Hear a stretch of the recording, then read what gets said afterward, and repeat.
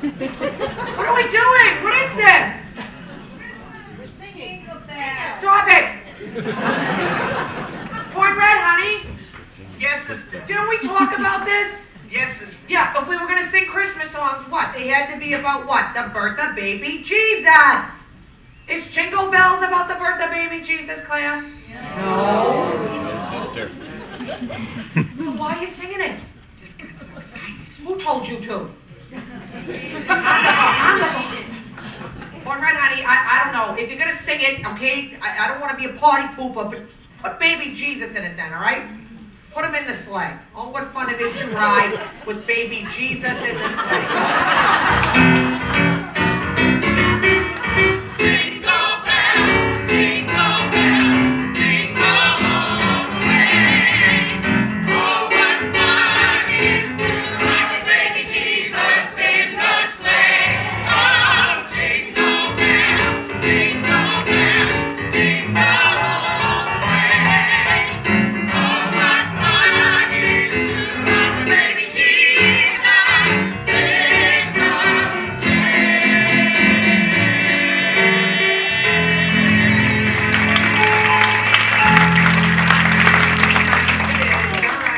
Stop that.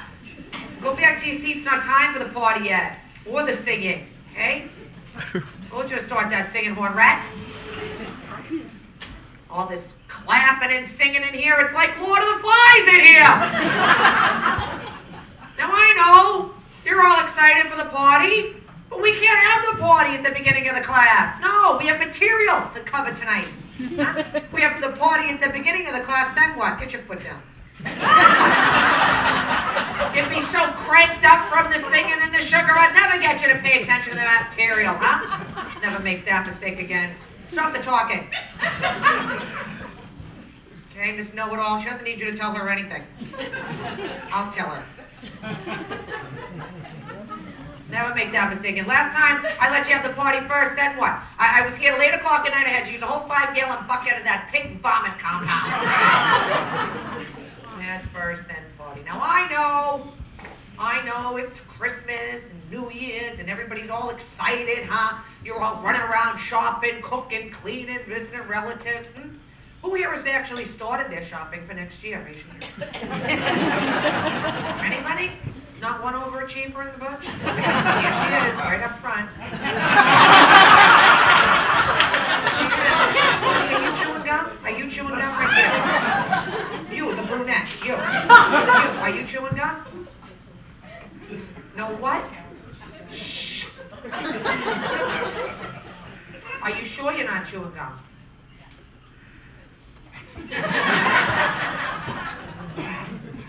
I saw your mouth moving. You know, if you lie to a nun, that's a terrible venial sin. You wouldn't want that now, would you? What's your name? Deirdre. Are you Catholic? Yeah. You are? Then you should be standing, then, shouldn't you?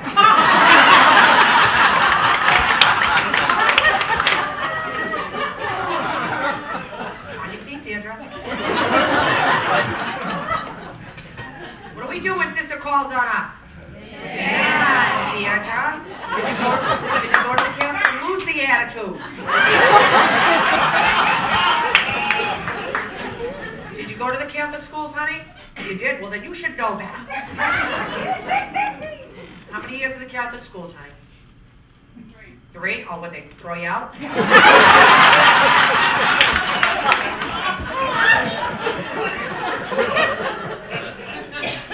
What's your middle name, honey?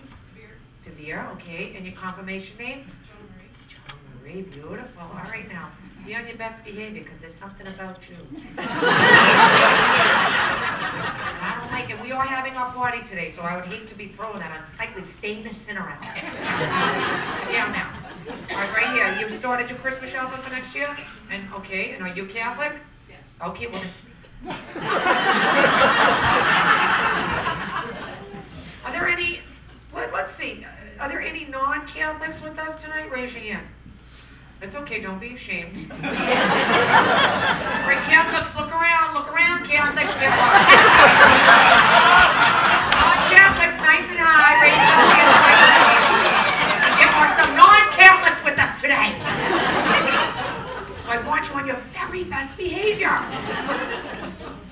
All right, what's your name, honey? Violet, okay, that's nice. And your middle name? Christine. Christina the Astonishing, huh? And your confirmation name? Mary! And you started your Christmas shopping, Violet? Yeah, I did. Because why? Because it was on sale half price. Okay, because you're cheap. Sale half price. There's nothing wrong with that. There's nothing wrong with that. And look at this, Violet. I have a present for you for finishing your... Yeah, look at this. Look at this. Here we go. Oh!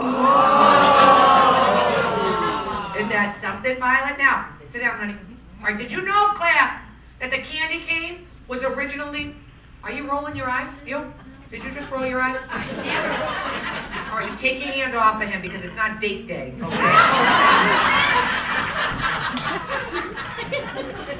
All right, the candy cane was originally made to represent the shepherd's staff. Did you know that? You see, the white stripes represent the purity of the baby Jesus, and the red stripes represent the blood of the martyrs. Isn't that festive?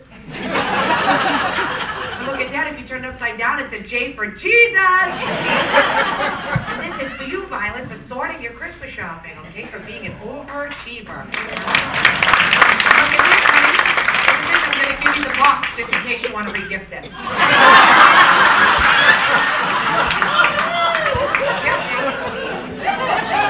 anybody receive a re-gift this year that they know of? Anybody ever? Look at that. There she is. Did you know right away somebody re-gifted you? Yes. Yes! Just like that, We like that. And your name, honey? Marion? And your middle name? You don't have one? Oh, what's the matter? Your mother was late? We're going to give you a middle name today. You can just go ahead and add it, as long as it's Mary. Mary and Mary? Mary and Mary. And your confirmation name? Marilyn. Try saying that 5 times. Mary and Marion Mellon. Beautiful.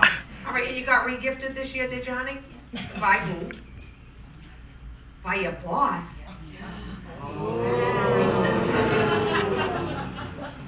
All right, I heard the Lord's name in vain, didn't you?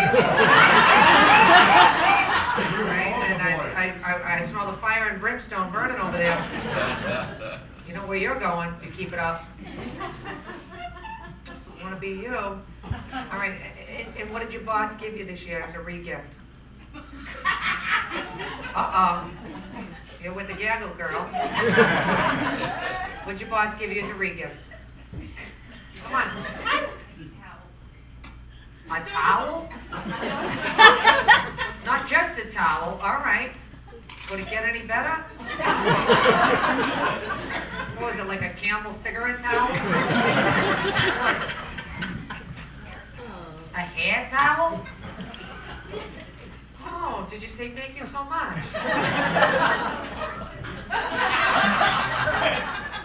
No, you were ungrateful, were you? Because Catholics are thankful and grateful for everything we receive often. And what did you say to him? I said thank you very much. And then what'd you do? Did you re-gift it?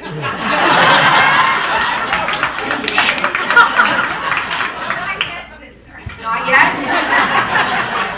Hey, well, you pass that along now to somebody. You could probably use a hair towel. You got nice hair. Stop the talking! I'm telling you right now, you and the blue. I'll separate you from the whole bunch. Because you seem to be the troublemaker here. What's your name? Jean? Jane. Sister, my name is Jane. Sit down, Jane. All right, did you see all the presents on my desk, class? Yes. Looks like a lot, doesn't it, huh? But each and every one of those is a different size Whitman sampler. I mean, after all, what do you get at none for Christmas, huh? Anybody have an idea? What are you doing in your purse? All right, ask. Okay, are you crying? All right, get a tissue. Don't worry, she'll be fine with her hair towel. A microfiber hair towel. Wow, you girls love that, don't you? Where do you work? I thought we were moving forward, but we're not. now. Are you getting a tissue too? What do you get? You're what? You're shutting your cell phone off. I thought you said you were shedding. All right, whatever. All right, okay. Now, does anybody have any idea what might be a nice seasonal favorite for sister for the holiday season? A nice holiday gift? What I might like? Fruitcake. There we go. Yeah, just shout it out. I'll give you permission to shout. Home-baked cookies. Very nice. A bottle of wine. Who said that? I like that. The blue nun is nice. What else? What else? Come on in the back. Christmas CD. Talcum powder. How generous of you. A Christmas CD. I don't know what I'd play it on, but that would be nice. Yeah. Anything else? Money. Money? Yeah, because that'll help with the vow of poverty. Although I could buy myself a pagan baby.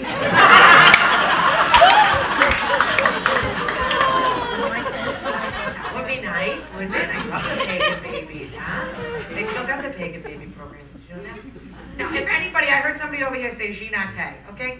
All right, now, if you want to buy sister a present for Christmas, here are some of my seasonal favorites, all right? A black pen and pencil set, a nice black rosary, Isotona driving gloves in black, of course, maybe a black Franklin planner. Okay, do not buy fragrance for a nun, okay? Choosing a fragrance for sister can be a very risky proposition. For example, if you're going to do it, Ginate Body Splash is good, okay? Love's Fresh Lemon is great.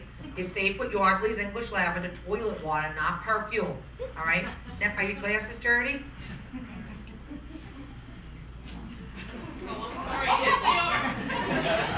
What was I talking about? Toilet water, okay? Never, ever, ever buy a nun, Obsession, White Shoulders, My Sin, Taboo, or any perfume by Elizabeth Taylor, all right? Maybe a small bottle of Charlie, but even that might be too picky, huh? Now, don't just think because, you started your shopping that you're ahead of the game, okay? Because my sister Kathy, she made that mistake last year. Yeah. She had all of her Christmas shopping done by the end of November, all of her decorations up the weekend after Thanksgiving. She was having 15 of our relatives over for Christmas dinner. On Christmas Eve, everything was done, so Kathy spent the day puttering around. Last thing she had to do was the grocery shopping. Goes into the grocery store parking lot about 5 to 6. Kid collecting the carts, looks at her and says, "Hey, ma'am, we're closed." Closed. Kathy panics, runs over, dives through the car door, flies to the store, manages to grab herself a 10-pound bag of potatoes and a frozen turkey. So now she got the turkey and potatoes. Spends the next 2.5 hours driving around from grocery store to grocery store. None of them are open, huh? No luck. Merry Christmas. My sister Kathy ended up this year in the fanciest part of Hinsdale, Illinois, on Christmas Eve class at a Shell gas station mini mart, buying 10 tiny cans of cranberries and 8 little cans of peas, all right? And we're not talking LaSalle peas either. We are talking gas station peas! Do not let this happen to you, do not! Because we're all so busy with the trappings of the season that we forget what the real meaning of Christmas is all about, right? Besides, all of us Catholics know that the nuns always taught us that we should like Easter best, right? Right, Father? Right. That's right. I saw your collar already. Don't worry. That's right, Father. Because Easter is what the life of Christ is all about, isn't it? But we can't help ourselves with Christmas. We just love it. All the decorations, the big build-up of the Advent feast, right, Father, with the light of the candles. So exciting. Some of you might even have had that Advent calendar with the candies behind it. How many had that? Now look at that, spoiled, spoiled, spoiled. Not sister, my Christmases were more like Little House on the Prairie Christmases. My dad was like Mr. Edwards going up in Cato's Way in a raging snowstorm to bring me back nothing but a shiny penny, a tin cup, and a red ribbon for my hair. And I'm not ungrateful, Father, I appreciated anything I could get. And it's not like I had it as bad as my next door neighbor, Larry Hunt. He grew up next door to me, my whole life. You know when his birthday was? December 26th. Oh. That's your son's birthday, day after Christmas, right? Worst day of the year for a birthday because you're always getting combination gifts, huh? Who here has a birthday close to Christmas? Raise your hand. Oh, that explains it. Look at her. I saw you eyeball the Christ child. Are you angry at the Christ child, honey? You are. It's the holiday season. When's your birthday? Oh, why are you talking while you're sitting there? Told you what's going to happen to your father. I warned her. Okay, when's your birthday, honey? December 21st. December 21st. Anybody closer than December 21st?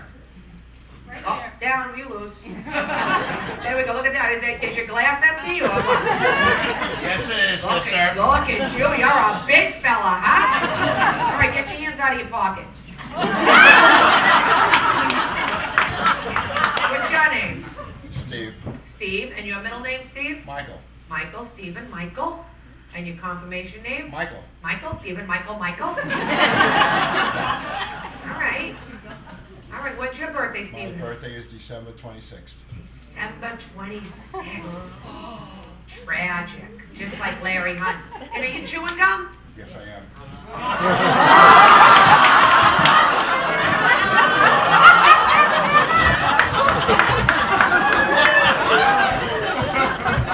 All right, just spit it right out now.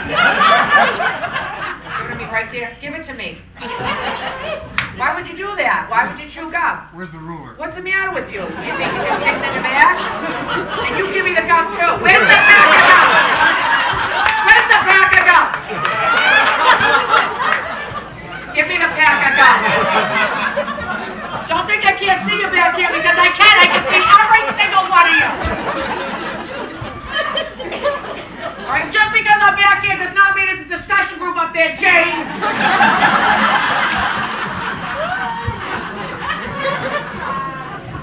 Where's the ruler? Yeah, God. Stephen Michael. Michael? That's all right. I'm going to send this off to the missions.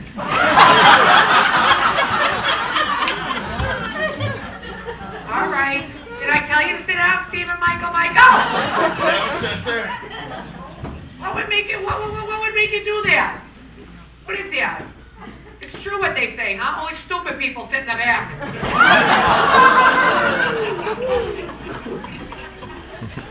You should know better. Didn't we discuss earlier that there are some what with us today? Non-Catholic. And we're to be on our what? Best behavior. And is that our best behavior, Stephen? No, it is not. No, it is not. Now, is anybody's birthday closer than December 26th? No? Anybody closer than December 20th? What are you talking about up here? It's just the 20th. That's not closer than the 26th. What are you, a public? Yeah, she's too focused on her candy cane. Keep it up, and I'll take it away from you. Take your hand off this leg. What is this? This whole section is an occasion for sin. Take your arm off of her. Clearly, it's been a long time since some of you have been in the classroom. I'll cancel the party. I'm telling you right now. Don't hit her. Don't sit down!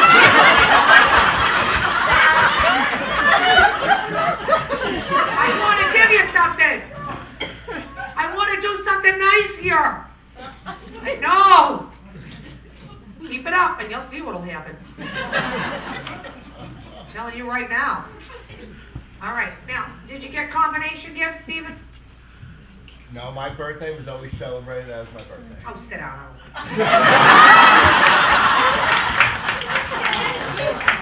All right, let's make it like nobody has a birthday on December 26th, okay, Stephen? Have another sip of the drink.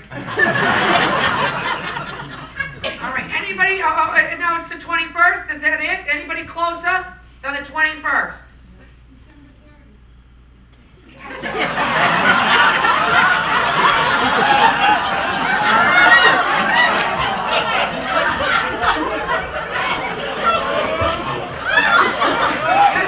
That the times have changed because in the old days I would have come over there and just beat the hell out of you.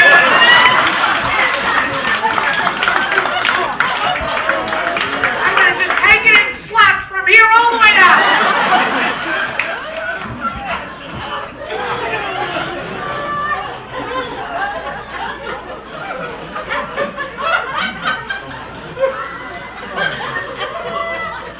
Anybody's birthday closer than the 21st? You right here with the gold chain.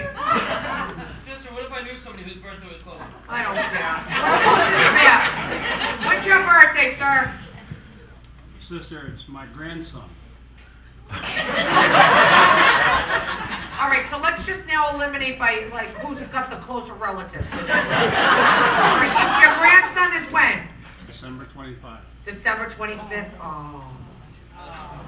And that's your grandfather's? All right, well, now we got a grandfather and a grandfather. All right, okay. You know what? I'm going to give it to the angry girl. Anyhow, stand up, honey. She needs it. Come on, look at her. Did you get a nomination gift? Is this what happened to you? We're celebrating my birthday tonight. It is your birthday! They're celebrating your birthday tonight? I knew it. Look at she's smiling now. Yes, this is very special. It's your happy birthday, and I got a present for you. I have a present. And it's not for Christmas. It's just for your birthday. I forgot your name, though. What is it, Devonna or something? What is it? Deirdre? Deirdre, there we go. I was close, honey. Don't cry. Deirdre, happy birthday. Here's your birthday present, okay? It's wrapped in Christmas paper, but it's for your birthday, all right? And this is for you, honey, all right? And that's because we want you to be happy. A happy Catholic is a good Catholic. No, you cannot open that now. But you know what that is? A Whitman sample. Now, even though you got slighted, you know, because nobody trumps the Christ child, right? You still got nice presents from Santa Claus, Deirdre, didn't you? Santa, Santa, Santa, Santa. How many people got visited by Santa this year? Raise your hand. Look at that. You know, my friend in Mexico told me that they don't have Santa Claus in Mexico. I said, well, who brings the presents? She says, the baby Jesus. Is that your phone ringing? That's all right.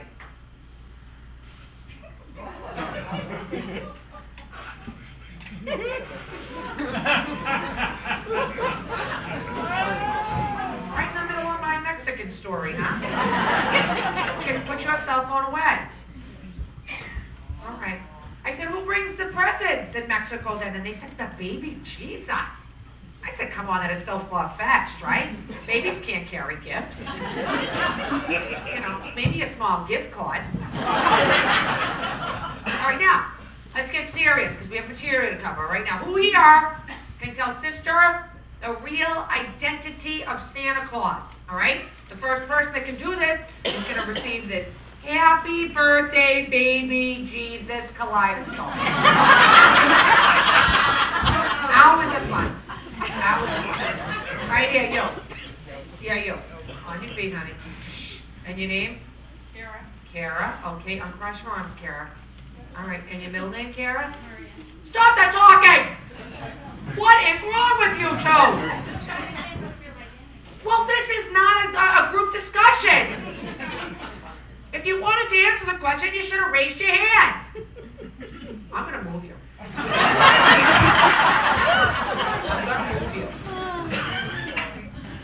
All right, Kara, I'm sorry, honey. Go ahead. Kara Maria Elizabeth. Kara Maria. Okay, beautiful, honey. All right. Now tell everybody in a full sentence.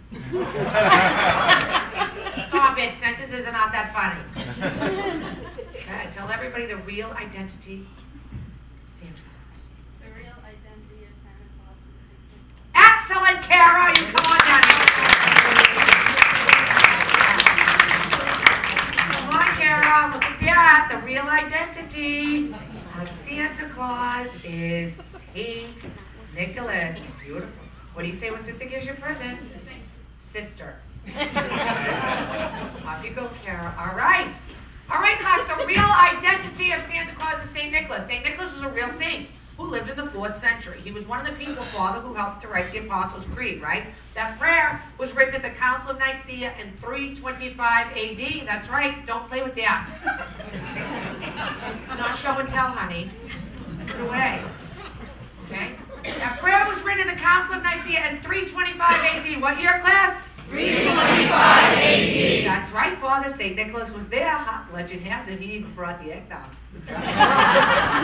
So, when you hear him say he knows if you've been bad or good, so be good for goodness sakes, Kara, what that really means is St. Nicholas knows if you've been bad or good. He's going to tell God what you did. That's right. Then, St. Nicholas moved to the United States on his way through Ellis Island. Changed his name to Santa Claus.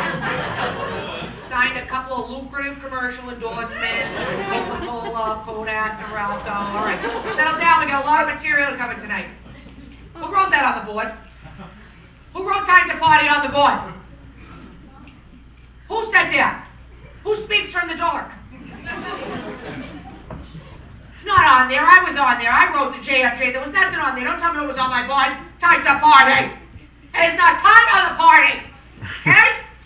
It is time for the class. It is not time for the party until Sister says it's time for the party, or there'll be no party. I don't care if it is Christmas. Now spell nativity. Let's go. Capital N.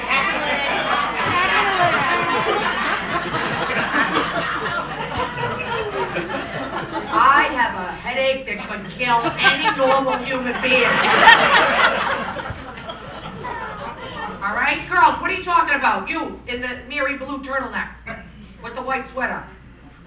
I was just mentioning J&J, what it stood for. All right. Who had a question? Who had a question? So you were just sharing information? For no reason. All right, are you an undercover sister? If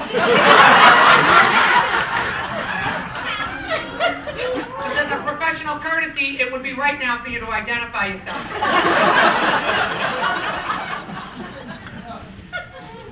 Sister Gail Biddle.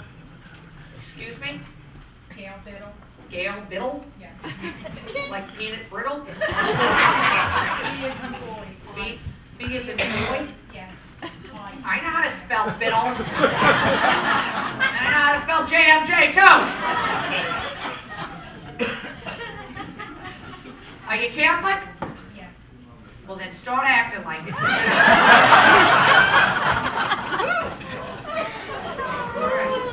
Now let's spell nativity. Capital N.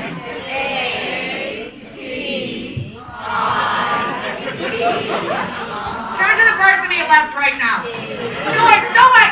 And if there's not somebody on your left, then turn to the person on your right. Now pinch him! And pinch him hard! Wake up! I need 100% participation! And forget the capital, we're not stupid, we know! Let's go!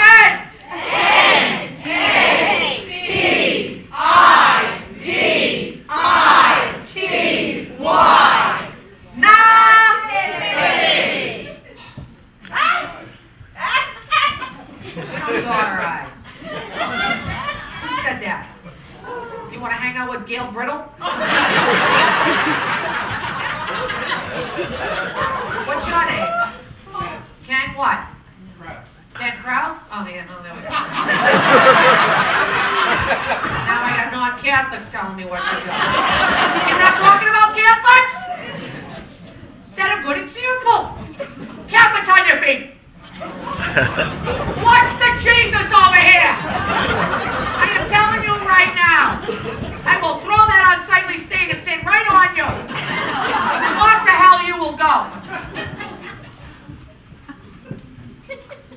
I want an Our Father right now. Nice. In the name of the Father, the Son, and the Holy Spirit. Loud. Go. Our Father, who art in heaven, hallowed be thy name. Thy kingdom come, thy will be done, on earth as it is in heaven. Give us this day our daily bread, and forgive us our trespasses, as we forgive those who give out of your pockets. And lead us not into temptation, but deliver us from evil. Amen. Sit down.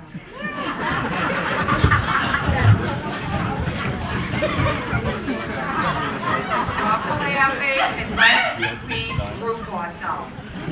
What do you want, Gold Chain? Sister, if you got a dry erase board, you wouldn't have chalk on.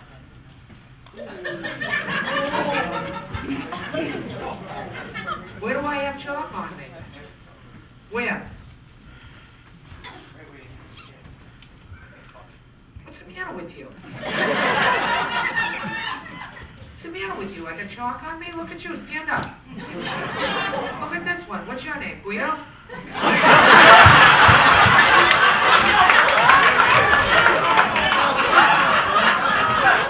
Turn around, show everybody your jewelry. Don't worry about me. Sit down now. Sit down. Keep it up. I'm going to take Deirdre's present away and she's going to be mad at you. You don't want Italian girls mad at you. All right, now, let's focus, okay? Get your feet down. Let's focus and take your arm off her, sir. What do you think this is? I don't know what's going on over there. There we go. Are you Catholic? No. You. All right, well, I don't know, what are you? Baptist, that's all right, one of the lesser spin-off religions. That's all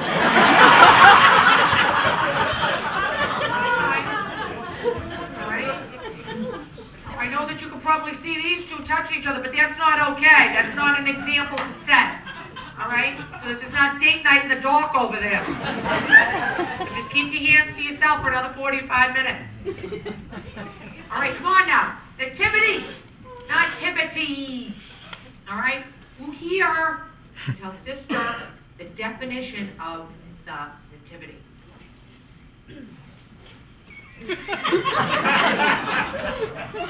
Out of all the Catholics, prayed and prayed and prayed and prayed and prayed and prayed. All right, you back there, big guy with the glasses. That's hand raised. You, not you. Are you a big guy? The one behind you. You, sir, you. Do I gotta come back there? I'm gonna cancel the party. You, the one behind you, right there. Maybe you don't have glasses. Your beard, you got a beard? You. Yeah, you're big. What's the nativity? The birth of Jesus' sister? Yes! The birth of baby Jesus! And what's your name? Derek Siegel, sister. Derek Siegel.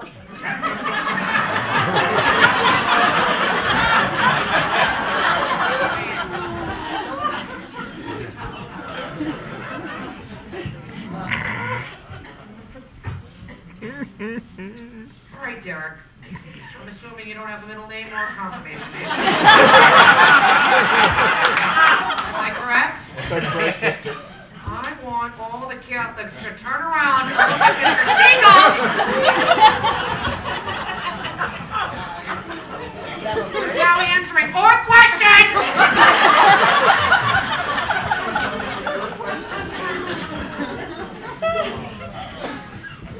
Sit down. You should all be ashamed of yourself. Now, Mr. Siegel, you do get a prize. Okay?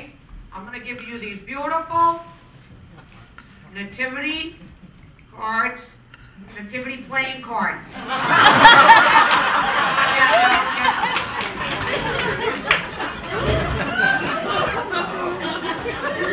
What's your religion, honey?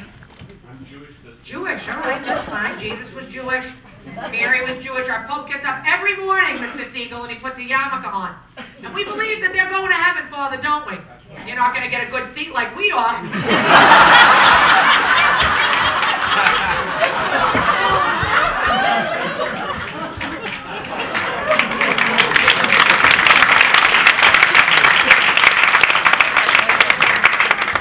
All the Catholics in the room, we got Mr. Siegel.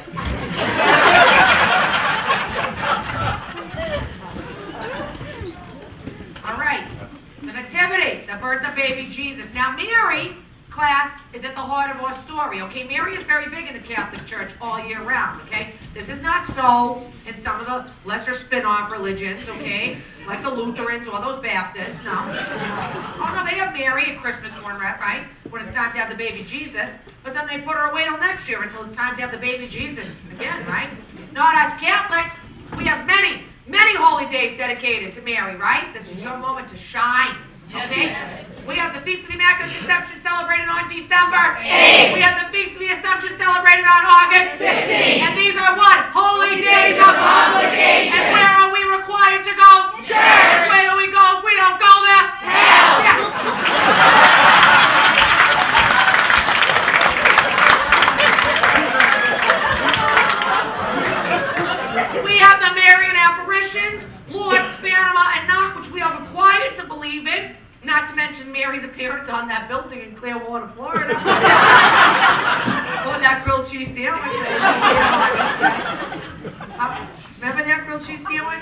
heard about that one, right? Right? Did you know about this? What's your name, sir? Marvin? Oh, beautiful. And what's your girlfriend's name? White.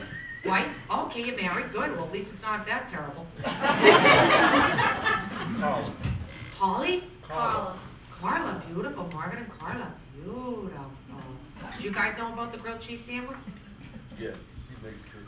She makes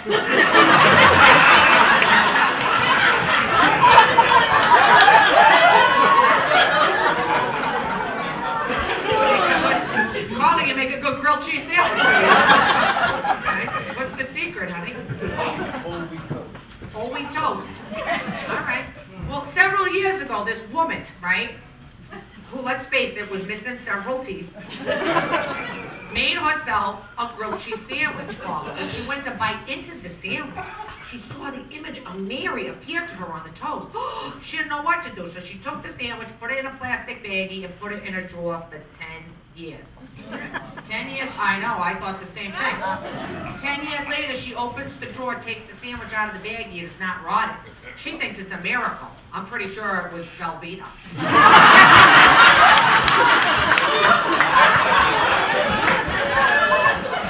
Anyway, Paula, she puts that sandwich up for sale on eBay. You know how much she got for it?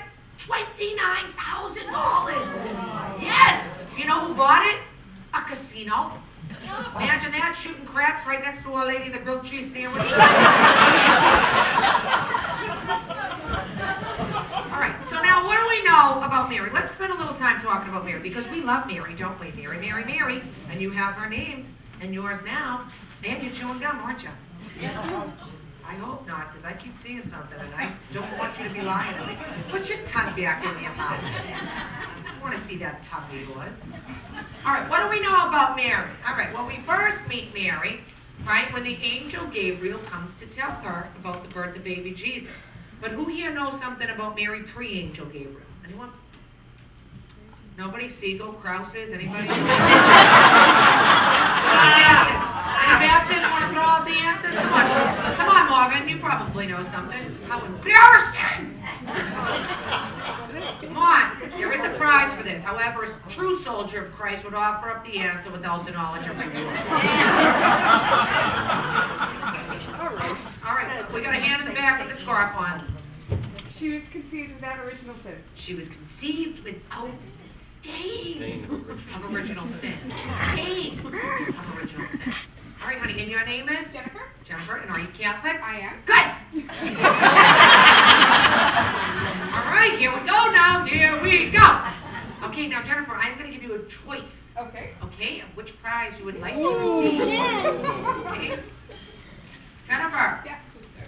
Okay, you can choose this full color holy card,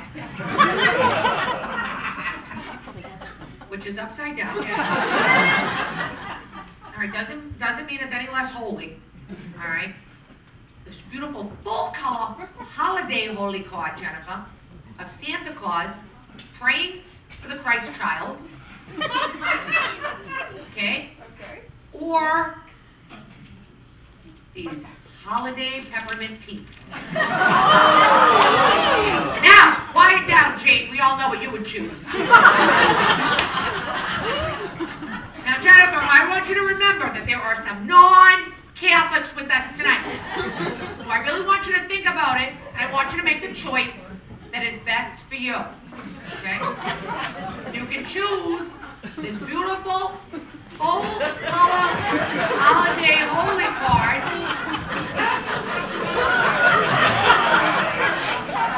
Or these holiday peppermint peeps.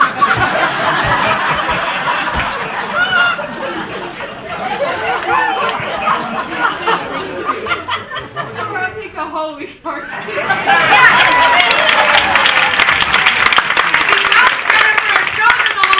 What does she got? The holy card and the peeps.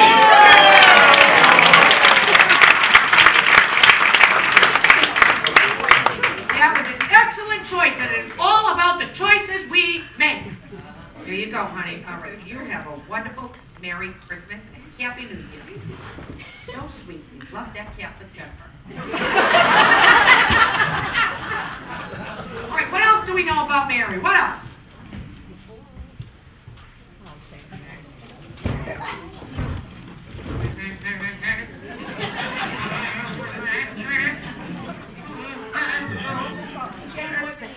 She had a boyfriend named Joe.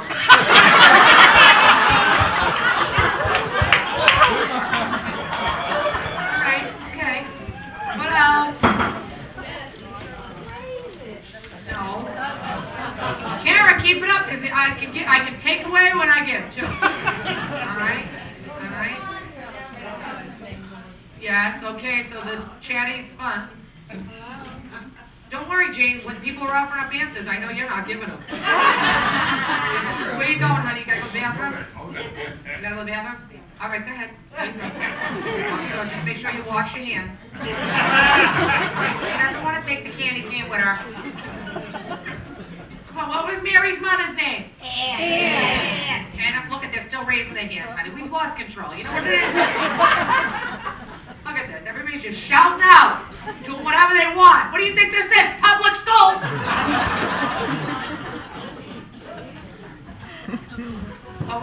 Oh, there she goes.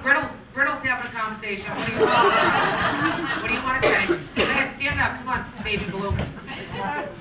She asked me if they really. She asked you, are you sister? Are you the teacher? Did you turn to her and say, don't ask me, ask her?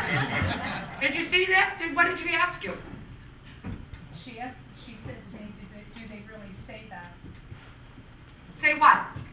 Now I forget. Sit down. Sit down. Stand up. What's your friend? No, not you. Her. Honey, what's your name? Sharon. Sharon. And your middle name? D. D. D. E.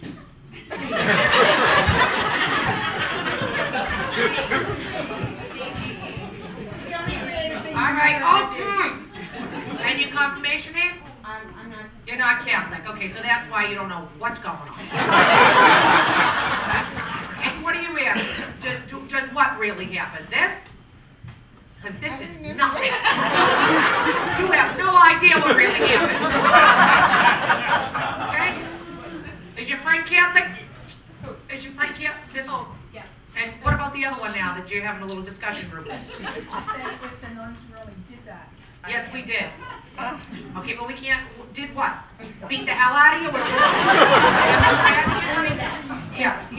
How many people here got hit with a ruler? Raise your hands. Look at that. Look around you, okay? Okay. Their parents paid us to beat them.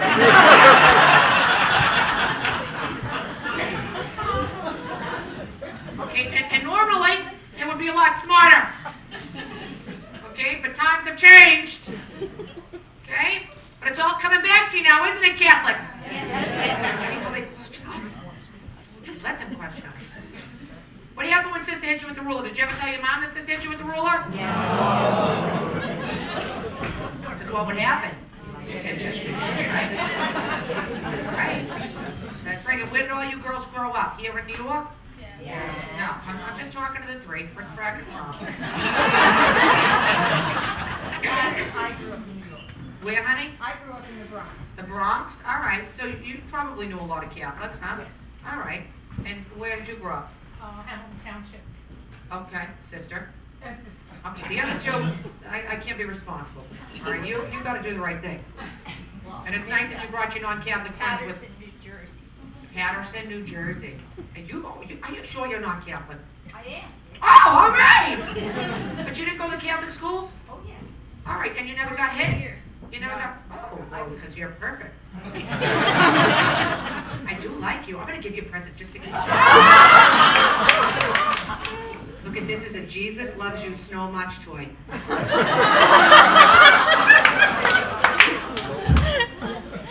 And do you know Mary's father's name? Do you know Mary's father's name? Shh, I'm not asking you.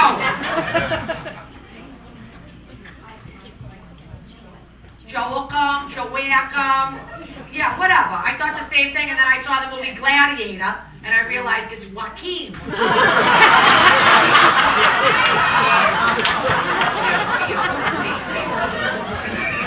Joaquin. You know who really loved Mary? was Pope John Paul II, our last pope. He loved Mary so much, he sure did, Father. Right? And when he got to heaven, you know, they said he was greeted by Peter at the pearly gates, and right away he said to St. Peter, "Is the Blessed Mother Mary here?" Peter said, "Why, of course, Carol, she's right over there. Go ahead and talk to her. She's very approachable." Because Mary was also just a very regular girl, you know. So the Pope walks up to Mary, and he says, "Mary, I was hoping that I might be able to ask you a question." And she said, "Why, of course, Carol, go right ahead." He said, "Mary, every day I have walked the halls of the Vatican, and I have seen beautiful, beautiful paintings of you and the beautiful little baby Jesus. But in all of the paintings, Mary, you look so sad. Why was that?" She called him real close and she says, "Because I wanted a girl."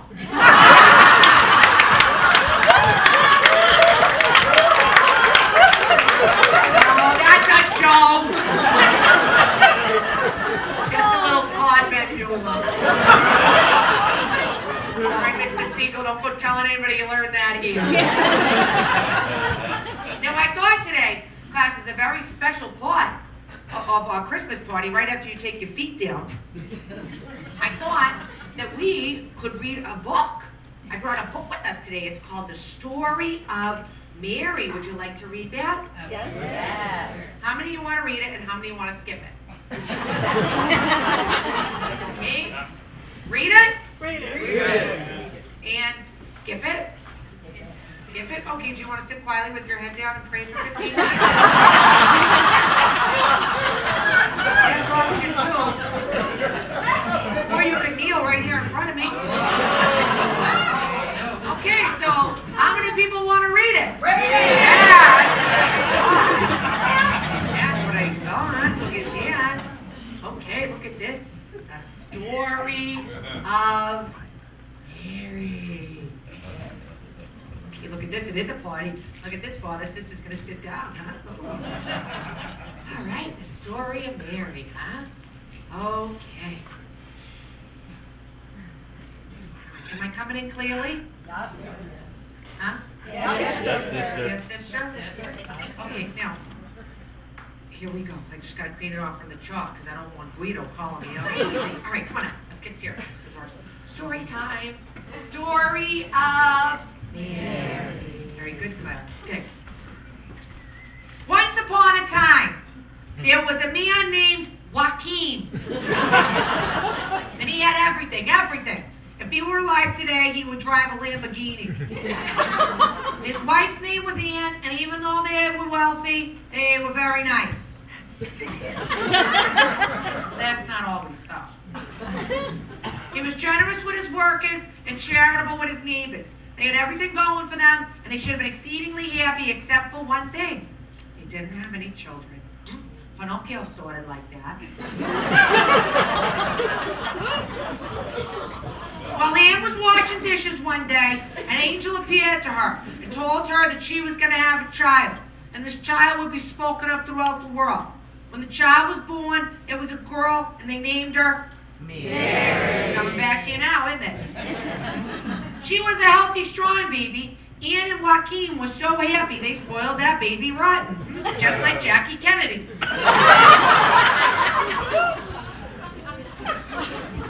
When Mary turned 3, there was a big party, and then it was off to the temple for Mary.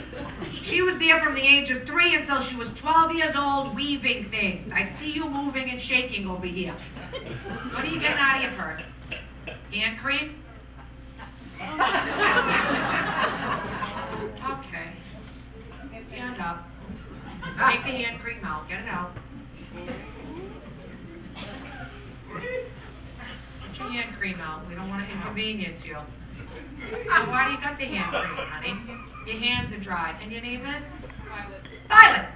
Got that. How can we forget that? Violet, let me ask you a question, honey. Do you see Jesus Christ hanging on my cross right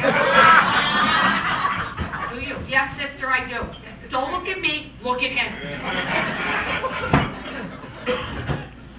Don't look at me, look at him. Let me ask you something, Violet. Do you think that when Jesus Christ was hanging on the cross in the hot, sandy, holy dry land in his underpants, Violet, hanging on the cross,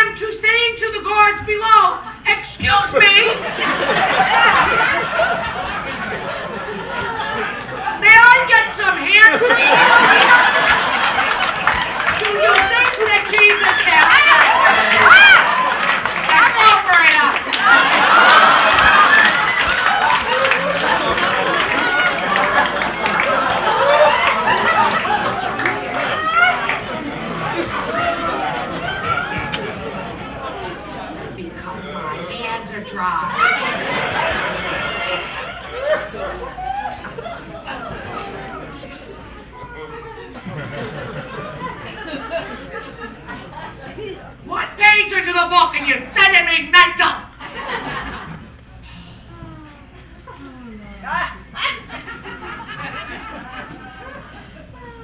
Okay, I can do this.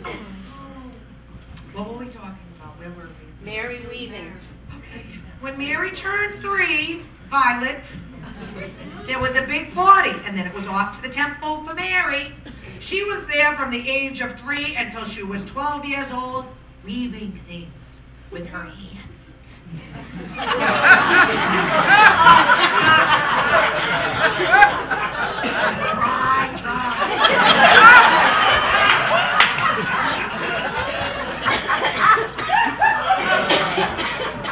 On her 12th birthday, the dry-handed Mary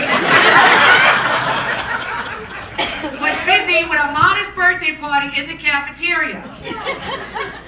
When the priests of the temple got together to discuss what to do with Mary. Now that she is 12 years old, it is time for her to leave the temple. As you know, grown women are not allowed in the temple except perhaps at night to wash the floors and iron the drapes. So the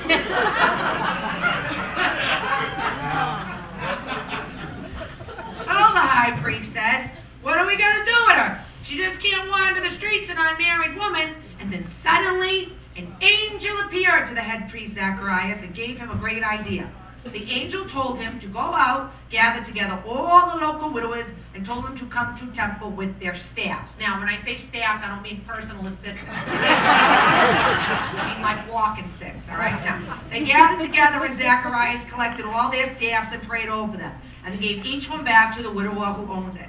Nothing happened until they got to the last widower, and his name was Joseph. The priest gave Joseph back his staff, and just as Joseph touched it, a dove shot out of the end of it, flew around for a second, and landed right on Joseph's head. That's what it says in the book. Well, clearly it was like a sign to Zacharias, and he said, that's it, Joseph, you're the winner of Mary. Joseph said, come on, buddy. I'm an old guy, for Pete's sake, she's a young girl. I'll be the laughing stock of Israel.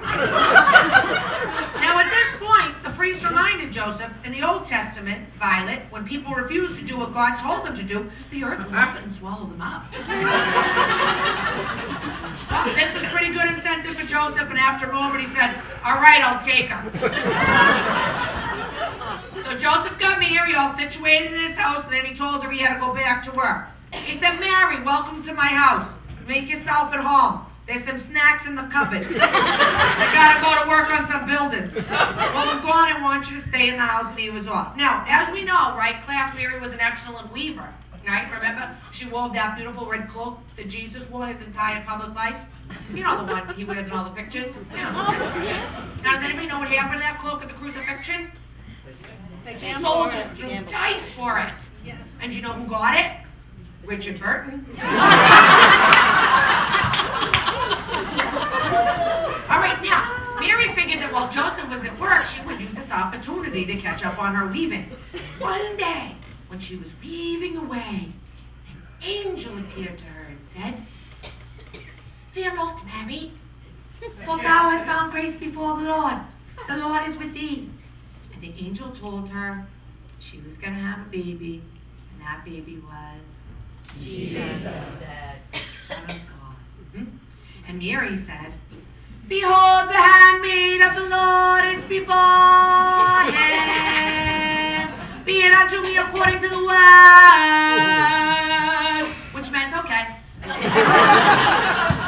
Well, after this, Mary was really excited. She had to talk to somebody, so she hurried over to visit Elizabeth, her cousin, who was pregnant with who? That's right, Jesus' cousin. And Elizabeth took one look at Mary and just knew she was going to have the baby Jesus, Violet, because women can sense these things, you know?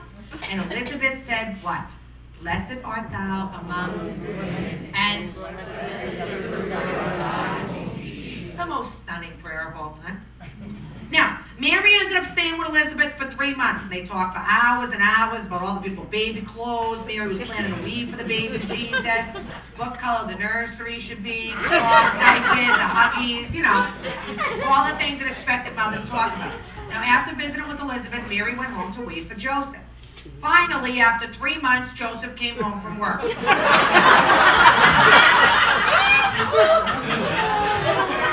That's a long shift, huh? Well, he looked at Mary and saw that she was going to have a baby. He said, Mary, what were you thinking? I can get in so much trouble at the temple. It was my job to watch over you, Mary. Your parents took a lot of trouble to make life perfect for you, Mary. I myself had to stand around and poke with a bird on my head. You're spoiled. That's your problem, Mary. You're spoiled. Well, Mary tried to explain to Joseph that one day, while she was weaving away, the room got real bright, there was a flapping of wings, and when she turned around, there was this glowing angel that had come to tell her this was God's baby, Joseph. Well, he just probably rolled his eyes. We'll talk about this in the morning. He went to bed. Now, Joseph couldn't sleep a wink that night. He tossed and he turned. If he hit a sin and didn't tell, he'd be breaking the law of the Lord. But if he told everybody that Mary was going to have a baby, Mary would be stoned to death for adultery. Yeah, because that's what they did to you back then, right, Father? They stoned you to death. To a tiger, he would have been stoned to death.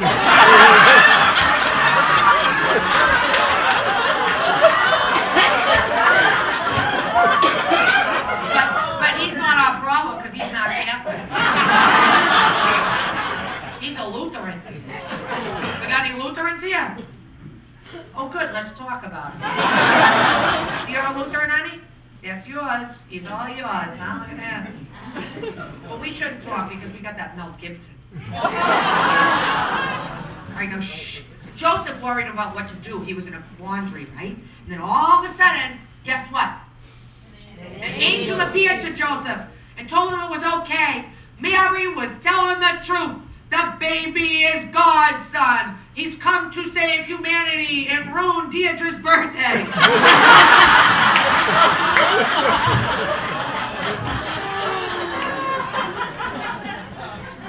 Well, Joseph was really relieved at first, and then he got really happy about it. And right away he started to think about the new crib and the high chair and the baby gates he was going to build for the little baby Jesus. All right, we're going to put the book down. We're going to put it down. Oh, no, come on, because this is the part of the story that you remember best anyway, right? Starting with the census, right? Through Mary and Joseph's journey, finishing up with a visit from the three magi. Very traditional story told millions of times over the past 2 millennia. Countless numbers of Christmas pageants and passion plays. Even now, with all that scandal, you know how much Mel Gibson's movies made? $750 million and counting, right? You think that nobody ever heard of the Stations of the Cross before. All right, now, the first live biblical reenactment was a restaging of the Nativity. And do you know who the producer of that first event was? Steven Spielberg, Jane. No! No! Come on! St. Francis of Assisi, that's right. That's right. And he was a very busy guy, Jane, okay? Do you know anything about him? How about this? Founder of the Franciscan Order. You went to public school? I could have told you that. He was the first saint to receive the stigmata, all those birds, squirrels, a wolf. Oh, yeah. Now, St. Francis made the first recreation of the manger in 1223. It was a big hit, such a big hit, that some of you might even have a souvenir of that first performance that you put out every year. Anybody got a nativity that they put out every year? Look at that. Kara's got one. There we go. Jane's got one. Anybody? Deirdre's got one. Anybody's got a special one? Anybody got a special one they want to tell us about? Something unique about your nativity? No? Right here, honey. Stand up. I made our nativity when I was pregnant with her.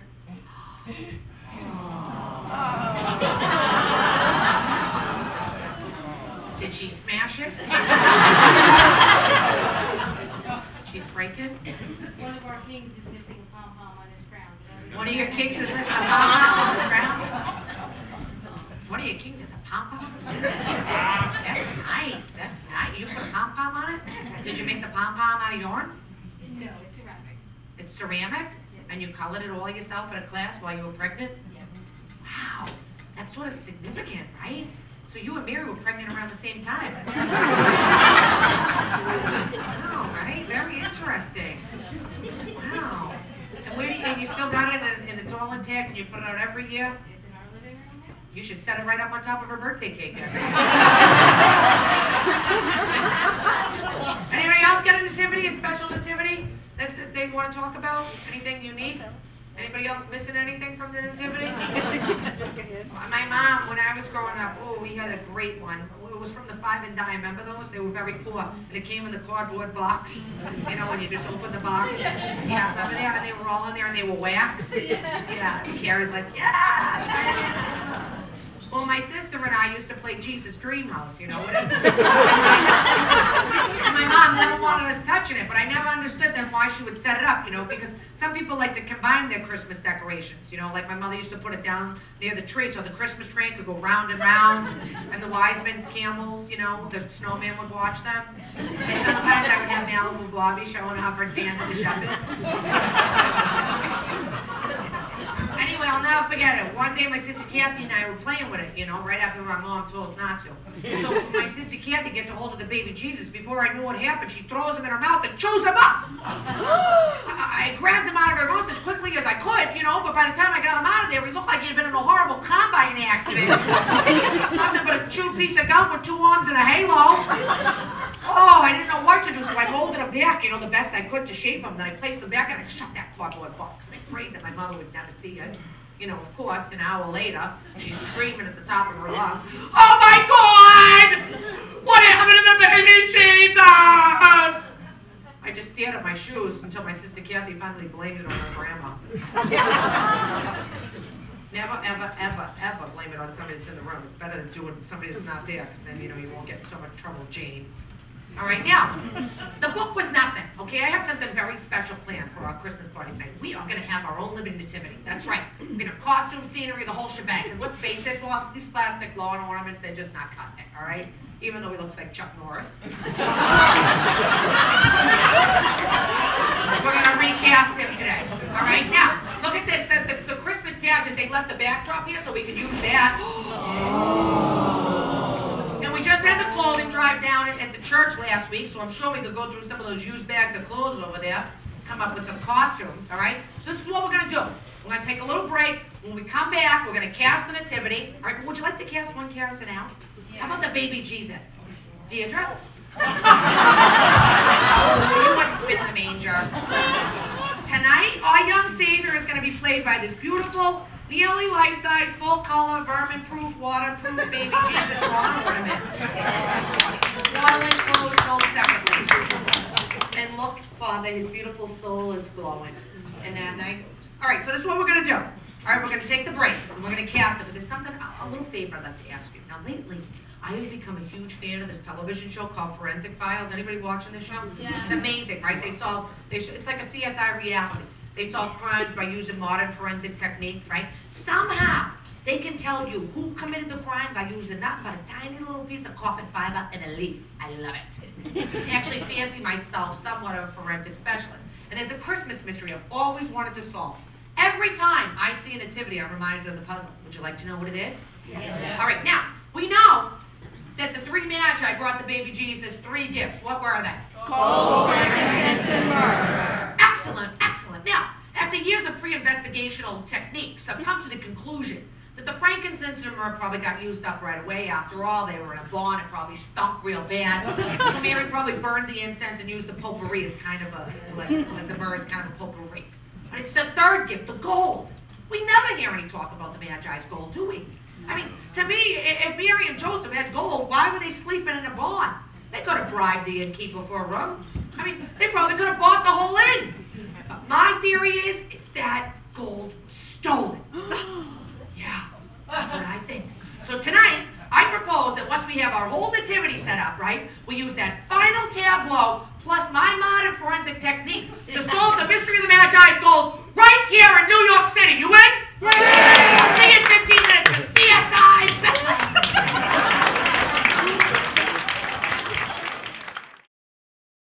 Nice. Aren't they good, the choir? Are you eating your grilled cheese sandwich over there, Cordo? What are you doing now? Come on. Eating your grilled cheese sandwich. All right, but it's the party, so it's kind of okay. All right, so let's get right into casting. Let's not waste any time. All right? What happened, honey?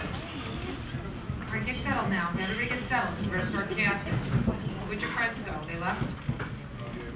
At the bar, getting drunk. All right, they got some altar wine. All right, Father. You want one? No. It's on him.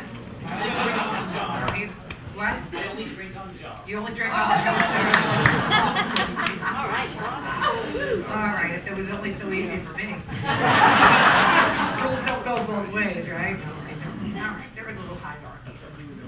All right, come on now. Let's cast Mary. This is how we're going to do it, all right? Any May crowning queens here? Oh, look at here's one. We got a May crowning queen. 2. Kara was a crowning queen. Honey, were you a crowning queen? No. All right. Do we already have the queens here? Keep your hands up. Let me see. Look at that. All right, shall we tell the non-Catholics the story of what a May crowning queen is? All right. Mr. Siegel, are you paying attention? Every year, during the month of May, a very special girl was chosen to lead the procession while we all sang, are you ready, Catholics?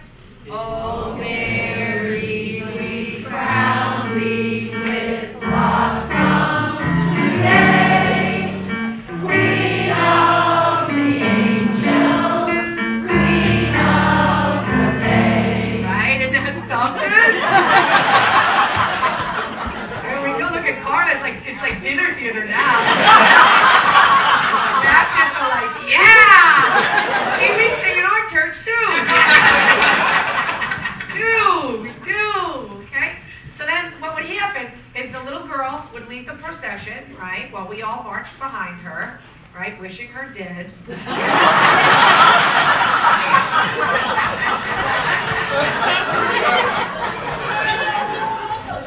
No, usually just the runner-up. Do we have any runner-ups to be the May crowning queen? No runner-ups? No? No? Did anybody, like Sister of Pathetic Loser? Never even in the running for May crowning queen? Huh? Anybody? No? No? No? Nobody really wanted to be the May crowning queen and couldn't be? You did. And what happened, honey? You didn't want to be? Hold on a second. I didn't ask who didn't want to be. I asked who wanted to be, but was never voted in. Do you act like you never wanted to be, but you really wanted to be? You really wanted to be the May crowning queen? Did you? No. Are you cold? You're all wrapped up over there. Are you a sister? I can identify him right away, but thanks for showing me a little professional courtesy. What order are you with, honey? Oh, you're in Wisconsin. Are you a cheesehead? Yeah. Who's opening candy over there? I hear candy opening. Who's been, you right there, guilty as charged. Where is it? Give it to me right now. What is it? It's amazing, isn't it? I do have ears under here. Look at that, sister! Look at that. Are you proud of me right now? Are you the only sister in that row? Oh, I think I see several. Come on, girls, identify yourselves. Let me see your shoes.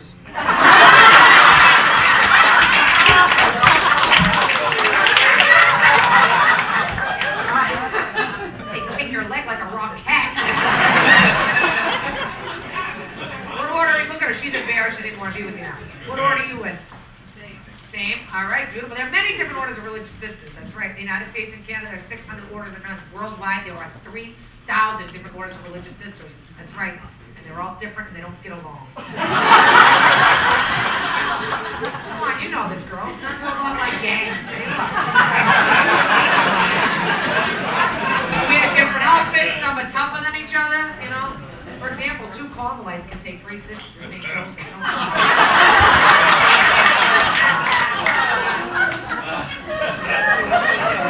Never want to find yourself alone in that mercy. You know, I could have used your help a little bit earlier, but thanks, I'll remember that. All right, come on now, you wanted to be the May crowning. And I think, Violet, you would be an excellent Mary as long as you can behave yourself. Come on up, you're going to be my Mary today, Violet. Michelle, going to help us. Everybody say hi, Michelle. Hi, Michelle. All right, turn around and gotta face me. Look at this, huh? I'm gonna find you a nice Joseph, okay? Okay, what do we have for Mary today? Ooh, a nice used blue nightgown. Look at this. Go ahead, put this in. Put your arms in, huh? Look at this. While your friends are so excited, did you bring the camera? Yeah, get your phone out, okay? Turn your phones on, get your cameras out. You can take pictures now, all right? Post them all over Facebook. All over the internet. All right, what else do we have for Mary? Ooh, look at this. A beautiful fitted sheet.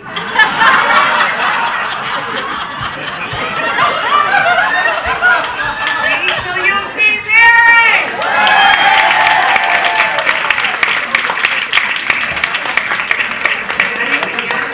Don't hesitate to say if you don't have it, because we want to make sure that we catch it.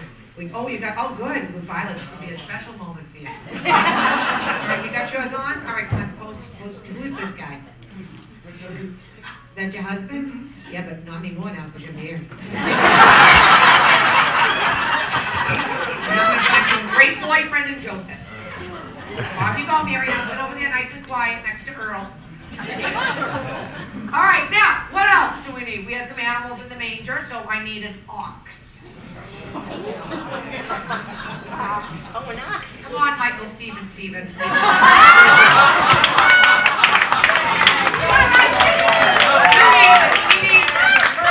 Benedict said this year, right, that anybody that participates in the activity gets a people indulgence. Thank you. Michael, Stephen.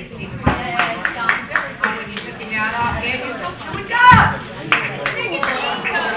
Come on, it's all right, no ox is in your house.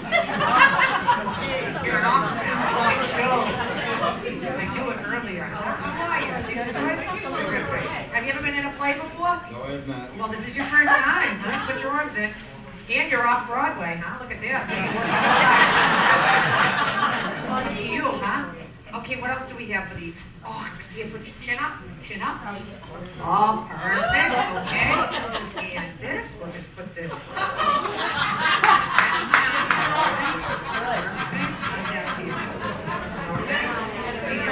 Ox ears.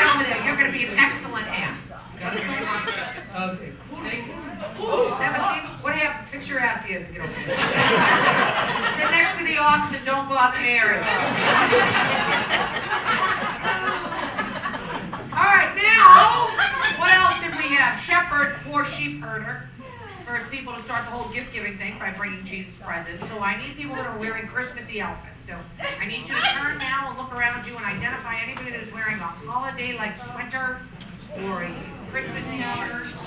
Okay, bring this one up right here. It's going to be a contest. So I need 3 contestants, okay? One right here. You, honey, let her out.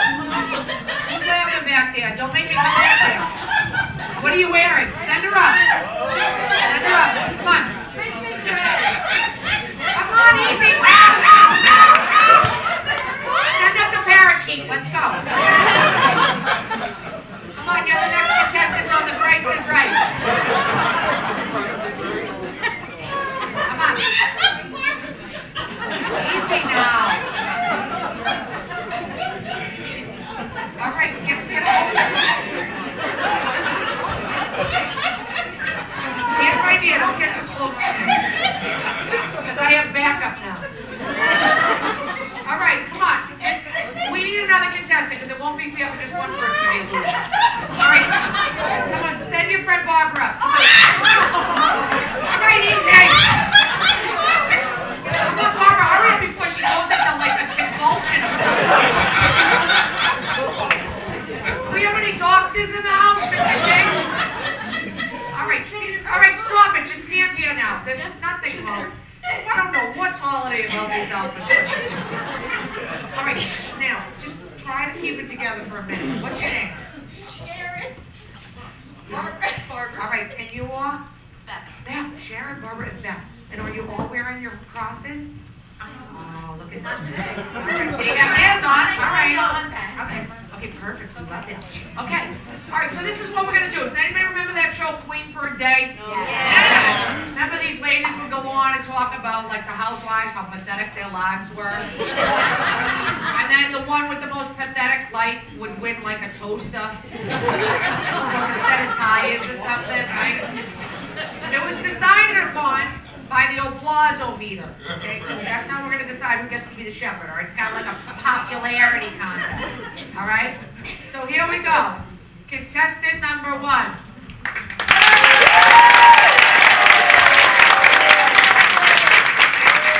Why would you say no? Why would you say no? She doesn't want to be the shepherd? Okay, well, we'll come back to you. Contestant number 2. And contestant number...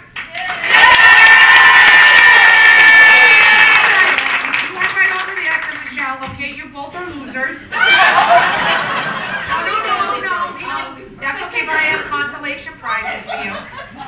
Today, for playing Queen for the Day, you get the Advent calendar. There you go. All right, thank you. There's a couple of doors that are open. Got a little hungry. All right, look at you. You're a shepherd. Stand right here. Look at, she wants to hug me, but that's not going to happen. We don't want to. Okay, here you go. Put this on. Ooh, look at this. This is nice. This is just like Little House on the Prairie. Remember that? Like Laura Ingalls' dad wore this. Okay. I love Little House. You were pretending to be a nun? That's what you. That's how I became a nun. No, this is it. Did you have a calling of some sort? Some people had a calling. You know what happened to me? One year for Halloween, I wanted to be Annie, you know, but my mother didn't make me that costume. She made me a sister costume. And I'll never forget it. I was walking by the 5 and Dime, and I got a glimpse of myself in the window. That was it. I knew right away.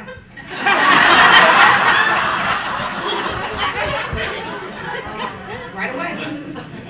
Yeah.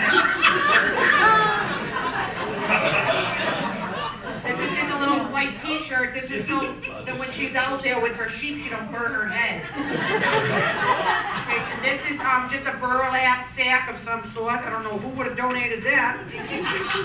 But, you know, it's unfortunate to think that we have it, because if you're out there on the mountain and you lose your sheep, this will keep you warm. And do we have some sort of stick? Oh, here we go. Here you go. Here's to beat your sheep if it gets away from you. Right, here's our shepherd!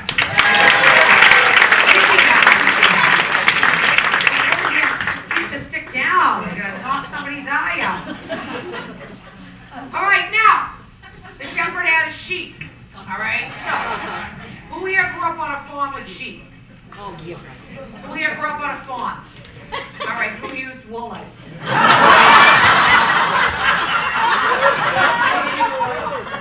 What if you're the black sheep of the family? Who's that, Guido? Look at me, tuck this chain in. Don't tuck your chain in now. We like that chain. We love that. Where are you from? France.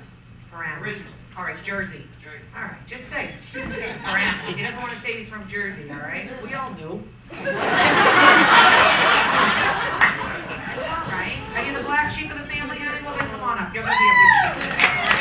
This is my present to you, Deidre. Happy birthday. All right, look, he doesn't even take the right way. Look at this. This is nice. You got a nice vest on. And what's your relation to Deidre? She's my sister. She's your sister! How exciting! And look what we have for you today. A beautiful bathroom rug. Chalk free. Oh, and look at this beautiful white beret.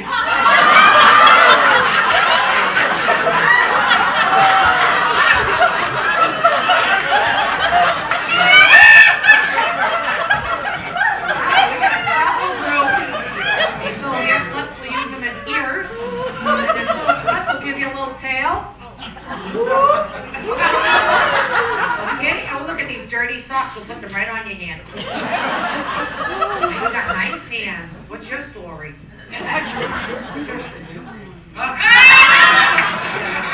Violet, are you sharing your hand cream? Put your paws up. Put your paws up and open your mouth and bite. And here's the ice cream.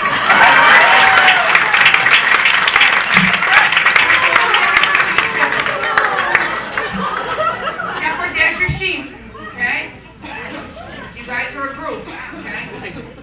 All right, now, on the complete other spectrum, all right, we have the Magi, the three kings. All right, I refuse to call these guys wise. There was nothing wise about them, all right? They go to the meanest king in the whole world, Herod, and ask him where the new king is.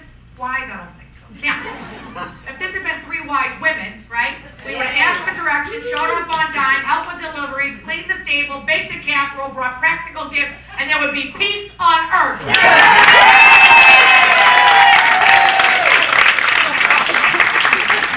Just to be historically correct, I need three guys from out of town. Anybody here from out of town? Long Island's out of town. New York, but it's not the city. All right. How about anybody pass the second row? Come on. What about you, Marvin? You want to be a king? I would love for you to be a king, and I think Carla would be so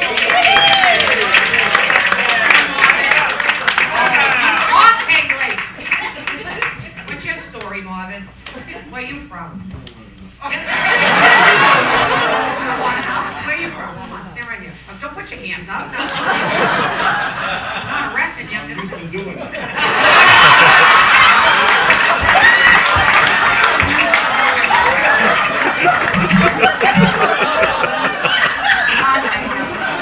Look at what we got for this kid. You're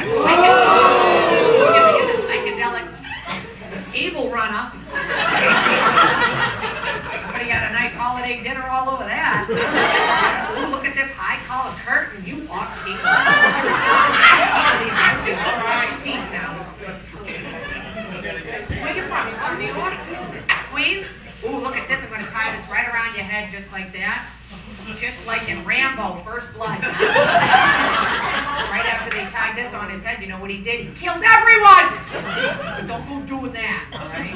All right, perfect. And what is this? Okay, we'll just place that right there. Well, no, we're going to fix it like that. Look at that. That's amazing. All right, Marvin. Okay, we're going to give you some kingly bling. This is from my Nana's curtain. How many Italians has these hanging in their house? All right, what do we have? This looks like a women's sample model, but it's not. Okay, this is going to represent the frankincense. Okay, you're presenting the baby Jesus with the frankincense. Here we go, King number one!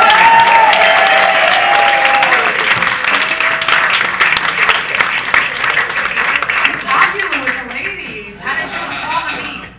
High school? No, really? He's a high school sweetheart? I like you guys. Maybe I'll come over for a grilled cheese sandwich. Yeah, you can. Why, you cook? You good cook? She good cook? Look at that. He's like, yes, ma'am. Anything you say. All right, okay, good. Now go over there, but don't talk to anybody because you're a king, you're rich, and you're better than all of them. Right? Let me find you some other kings, all right?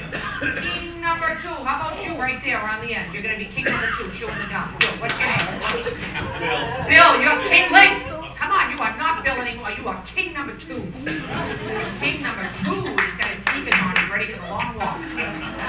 What do you think of your second king? You all set with that? Good. Okay. Ooh, look at what we have for you, huh? Aunt Madge's dress from the wedding. What's in there? What's in there? Look at this. It's fantastic. Look at the color. Look at that. You look nice in a dress, Bill. Bill looks nice in a dress. Ooh, and look at this. We have a shower curtain for Bill. But on you, it's a kingly robe, Bill. What do we have for Bill? Ooh!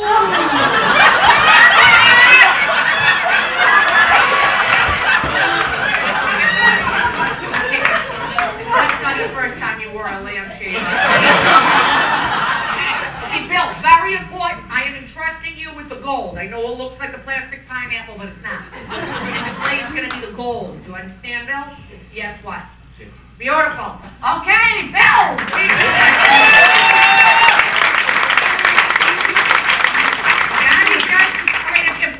Listen now, if we don't have pictures, we'll share them together, okay? We'll figure out a way to find each other. We'll change numbers or something.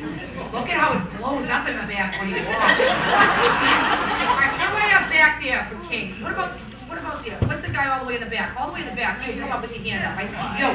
You are my king number 3. Come on down. What's your name? Take your blazer off.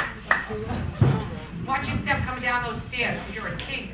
I need you in one piece. Look at that, you're a happy king. Look at that. The kings are very diversified. I love it. What's your name? Simon Peter. Stand right here, Simon Peter. And your confirmation name? Christoph. That is what we call a religious trifecta.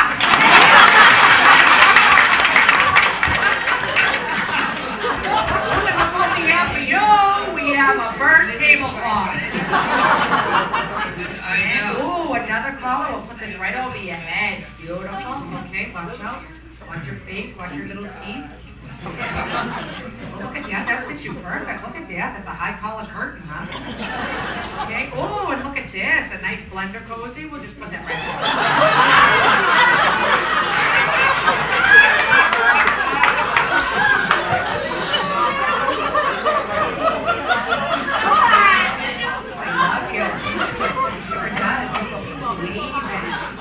Does that hurt?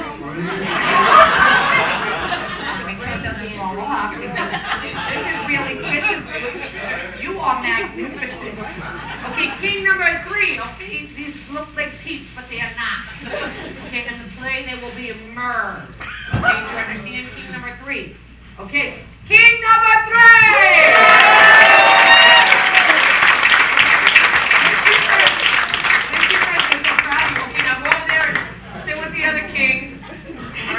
Talk to anybody else, kings. All right, now, we have one final character to cast in our play. Okay, Joseph. Oh, no! The little drummer boy. Who said fictitious? You. Not fictitious. Not fictitious. I'll have you know that the little drummer boy represents a whole sector of poor children that interact with the baby Jesus at Christmas time. And we love the poor person Christmas story, don't we, Clarence? Yes. Yes. Like the little drummer boy. I am a poor boy too.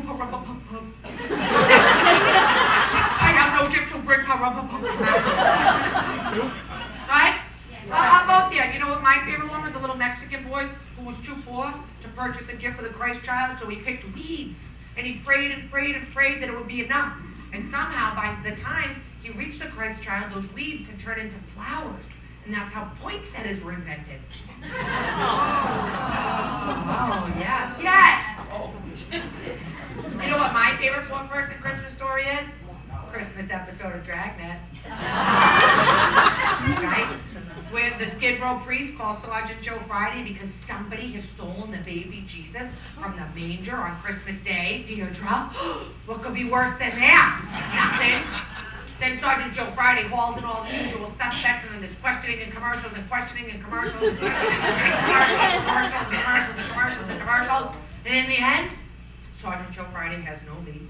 And just as he's about to call the Skid Row priest and tell him that the Christ child may never be recovered, in walks who? The little Mexican boy pulling what? A red wagon containing what? The baby Jesus. Turns out that little boy promised the Christ child that if he got a red wagon for Christmas, he'd give him the first ride in it.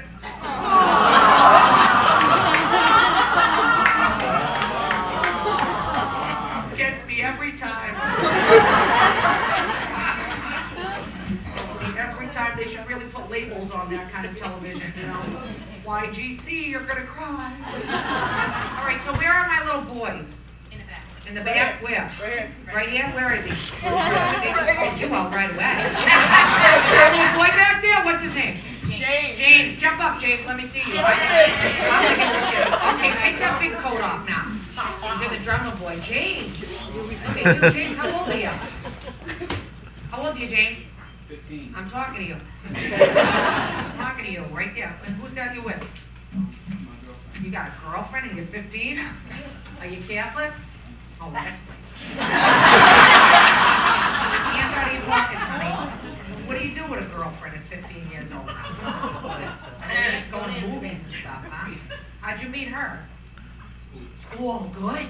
Good. Honey, you met him at school? Yes. And you liked him just enough? Yes. How long you two been together? Like 3 3 months. months? All right, now. I hope you're paying attention to your education, okay? Yes, I am. I hope so. Because you don't mess around like that in the Catholic schools. We'd separate your classes right away. Get yourself all wrapped up in a girlfriend at 15 years old. Crazy talk. And you, honey, you should know better because you're going to burn up your pretty years.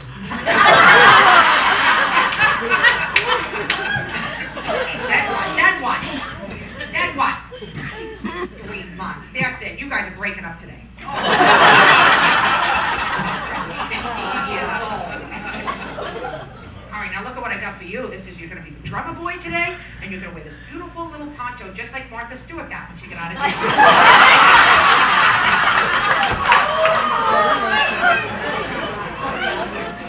Well, you get full of beautiful t-shirt. We'll put that right over your head.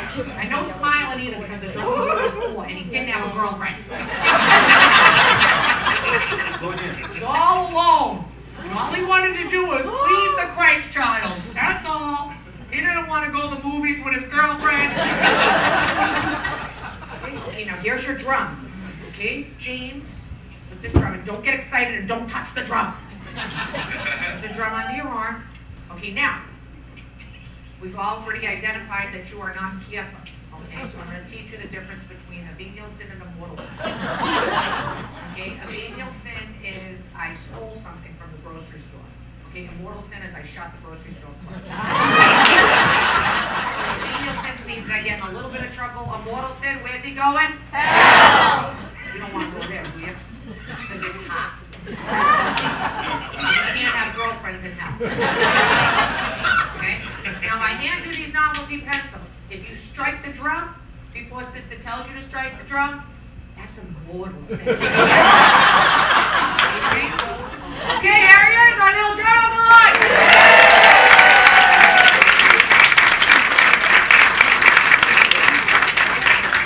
Look at his girlfriend, she's taking pictures of you. Right now, you just stop taking pictures, get back to your seat, because you broke up. Sit right over there.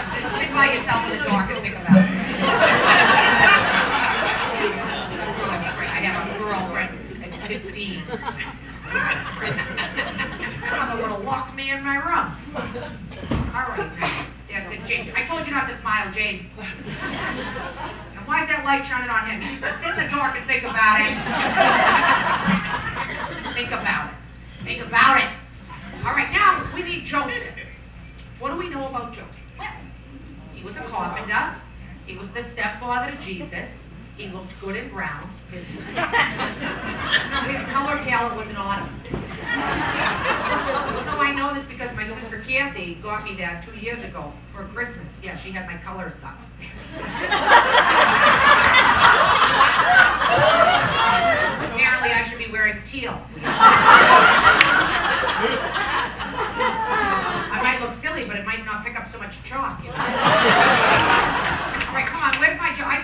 Joseph. He's chewing his fingers. Come on, Joseph. You're my Joseph. Chewing your fingers now. Why would you chew your fingers like that? It's because your hair. I like your hair a lot. You got nice hair. Look at that. And you're wearing denim. Do you have any carpentry experience? Okay. Do you have a bellyache? You're not carrying anything, are you? Not carrying any sort of automatic weapon now, are you? You're not going to blow up on me either, are you? Because you can't get, I tell you, you try to get that puke smell out of garbage heat. It's a tough one to get out. All right, now, what do we have for Joseph? Ooh, look at this beautiful breath. Do you know how to use a power tool? Okay, good, because we're going to be using a chainsaw in a little bit. Imagine that. Oh, go to sister's Christmas party. She just uses a chainsaw. Okay, perfect. All right, Joseph, here we go. All right, and then what I'm going to need you to do after you get this on is I need you to sign a waiver just in case you lose any fingers. You're not responsible. Okay. All right, beautiful. Mary, you like your Joseph? You like him enough? Very nice. Okay, good. All right, easy now. Your husband's here. All right, turn around. Here's our Joseph.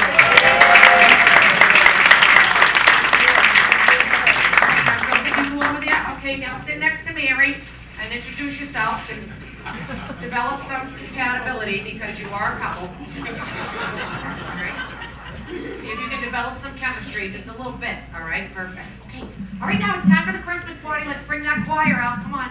There they are. Come on, there's my choir. Or as Monique likes to call it, a group of people that sing together. I said the choir. She said, I don't know. Choir, right? Choir. Right, Cornette, that's what the choir? Cornette and Friends. Cornette and Friends. All right, okay. We like Cornette. She can say whatever she wants. So that's Cornette and Friends, okay? And Cass, are you ready, class? Oh, yeah. I can't hear you through your nostrils. Oh, yeah. Okay, beautiful. Good afternoon, class. Good afternoon, sister. Welcome to our Christmas pageant performance. Myself, Cornette and Friends, and the cast are thrilled to be performing for you. Now at this time, a decree went out from Augustus the king that all the people in Bethlehem and Judea should be recorded, a census. So Joseph took the very pregnant Mary, put her on the back of the donkey, and together they headed off for Bethlehem, Joseph's hometown. It was a very hard trip, as anyone who has ever been 9 months pregnant and ridden around on a donkey will tell you. Just Mary and Joseph. Just Mary and Joseph, okay?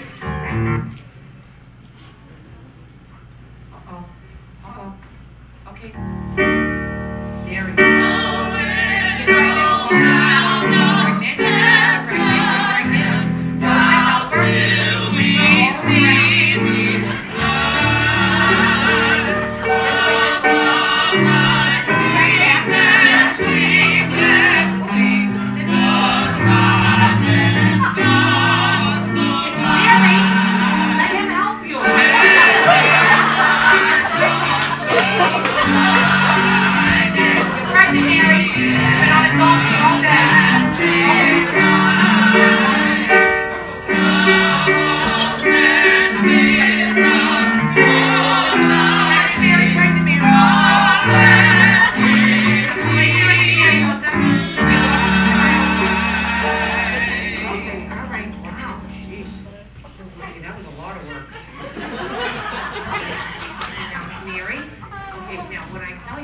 You're going to look at the baby Jesus with devout hands like this. Take him out of the sheet. Okay, and look towards the Christ child. Yeah, look at the nail polish on it. Okay, stop laughing now. This is a solemn moment. And Joseph, you just come over and stand right here. All right? Yep, just stand right here in the light and look old. Get close to the baby. All right, Mary, watch that. Don't let it catch fire. Shh. Okay, now look out.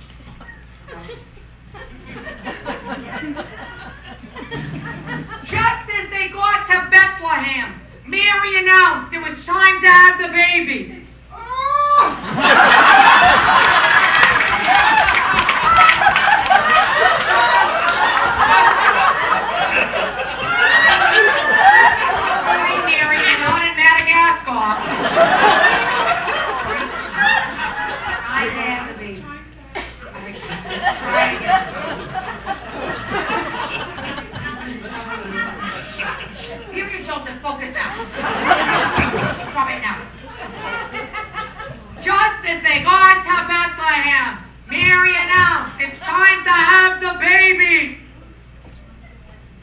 Now she's like in Days of Our Lives. I'm find somewhere in between here.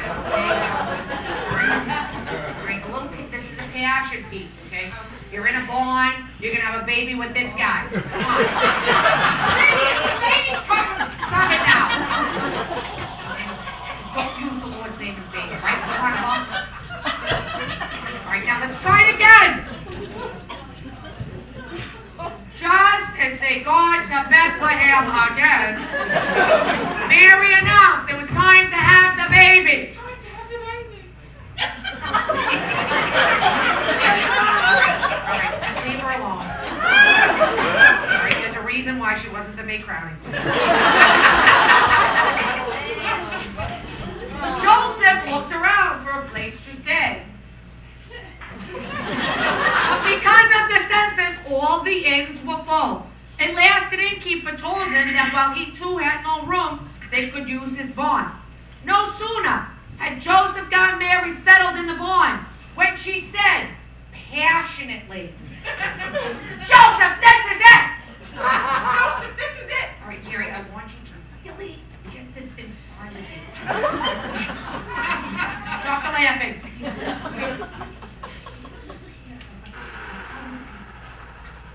Passion. Joseph, this is it! Joseph, this is it! Louder, Mary, please! Joseph, this is it! Please, get me a doctor! Get me a doctor!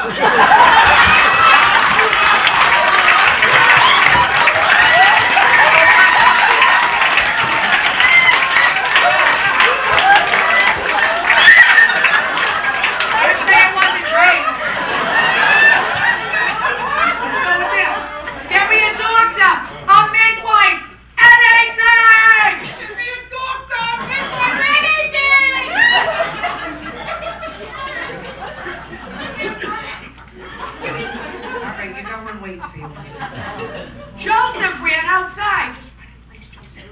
And there, hovering over the barn, was a glorious angel.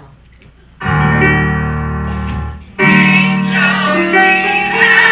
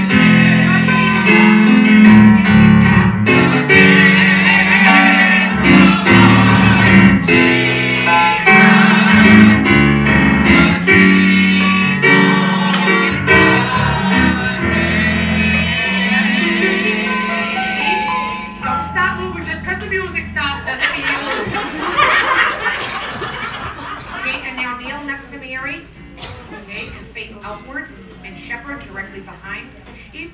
Okay, Joseph pushed to the side. Ox come in. On all fours, ox, please. Very good. Okay, don't snort near me. Everybody look out and frozen.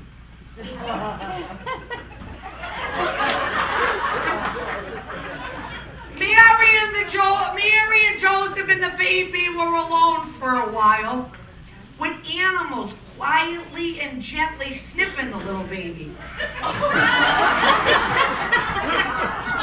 Can you imagine how good he must have smelled? Animals can tell how good you are just by sniffing you, and those animals thought the baby Jesus was swell. After a short while, the shepherd who was outside on the hill with her sheep came to see what was going on in the barn. She was amazed by the beautiful glowing child. By then, the angel had taken off.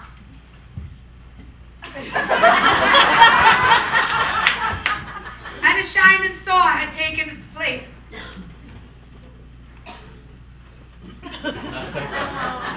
It was the brightest star in the sky, and it is what we call the Star of Bethlehem. Isn't that nice? It was in the sky day and night until at last drew 3 magi, 3 wise men, who came from the east with gifts for the infant king. They had followed the king night and day. They followed the star night and day until they found it standing still over the manger. Wait, kings, don't come yet. When they entered, they saw Mary and the baby Jesus, and they instantly knew that this was the new king they had been looking for. Hornet and friends.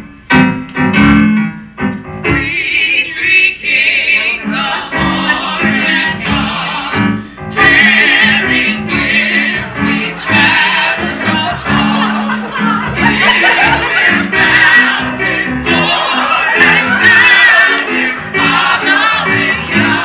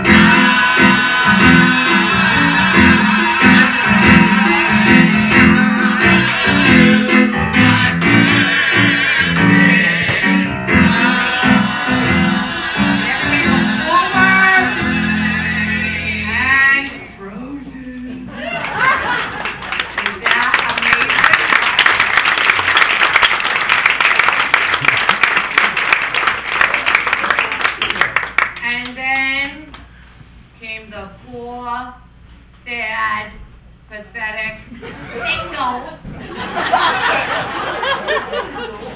drama boy. Put your head down. It's very sad. You're so sad. You have nothing for the Christ child. Look, they didn't even get a seat for you. But that's all right. We'll use this just like in Times Square when they play the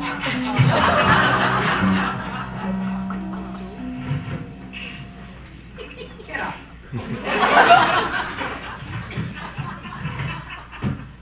Sit there. James. Single James. Now you show them your most pathetic, sad, poor face.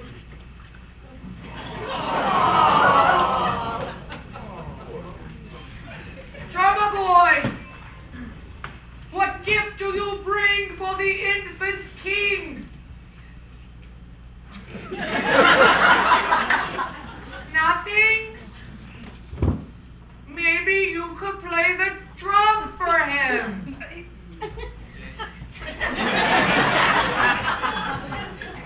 Time. Put it between your legs. That's a good place to put it.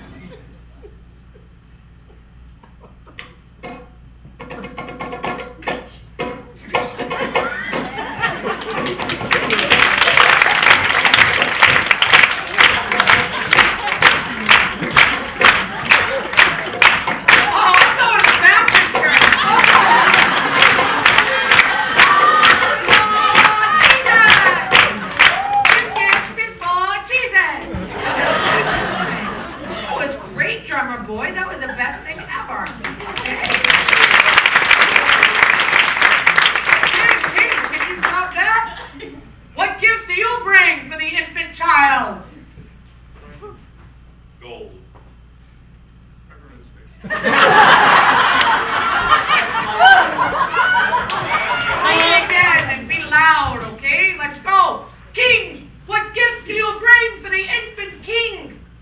Frankincense. Gold. Like Bull, Larry, and Curly up here. Oh, the drummer boy just showed you up.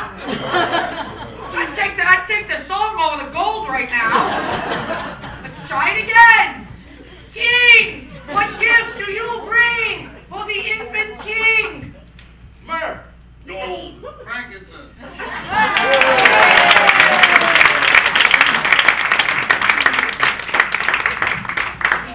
Okay, now, everybody look out. This is exactly how it was the night the crime was committed. You're now biblically correct. Okay? The first thing we must do is secure the crime scene. Michelle?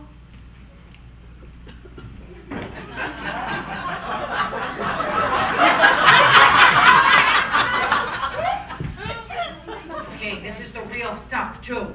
And it's not easy to get this, okay? But a friend of mine works over at the public school. Yeah,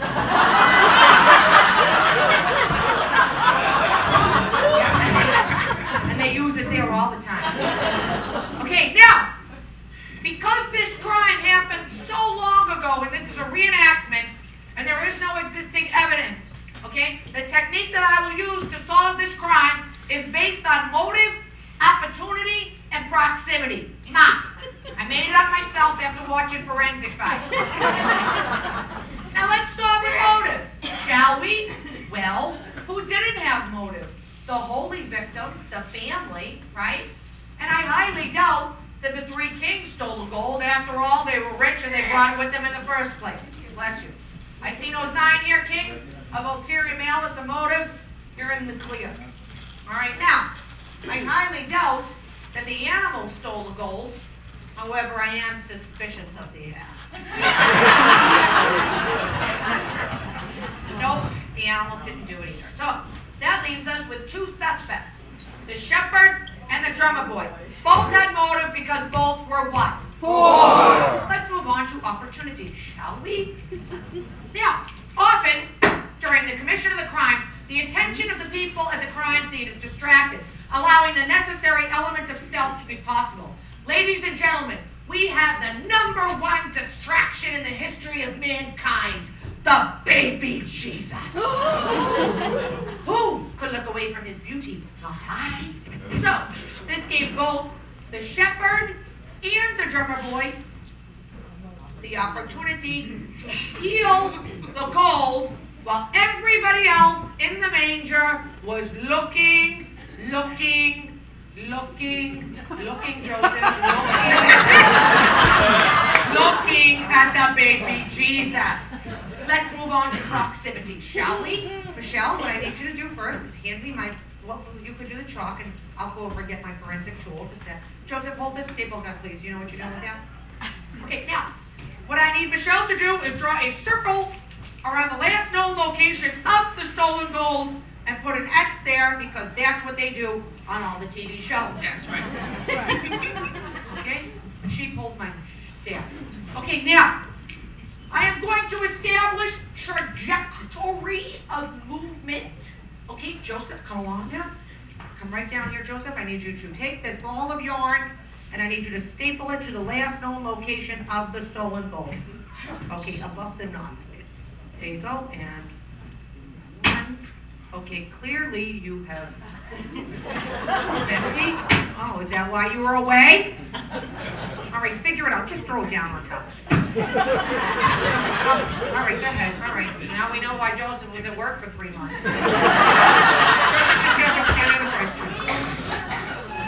All right, we know that the story was somewhat biblically correct. Okay. I am now going to take this orange piece of yarn and trajectorially connect my suspect to the last known location of the stolen gold. Shepherd, please. All right, let's examine this, shall we? Okay, class, look at this. It is very clear that any forward movement by this shepherd would have caused the shepherd to startle the sheep, causing the sheep to bump into Mary, causing Mary to fall downward to protect the Christ child, causing all of the attention at the crime scene to go what? Toward the last known location of the stolen gold, making the necessary element of stealth impossible. Shepherd, you're in the clear.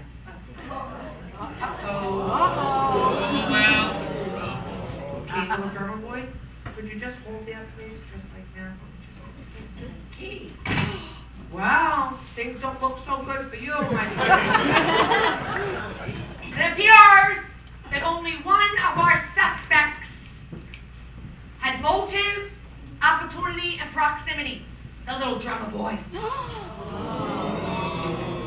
Okay, that face isn't going to work for me. Maybe for okay.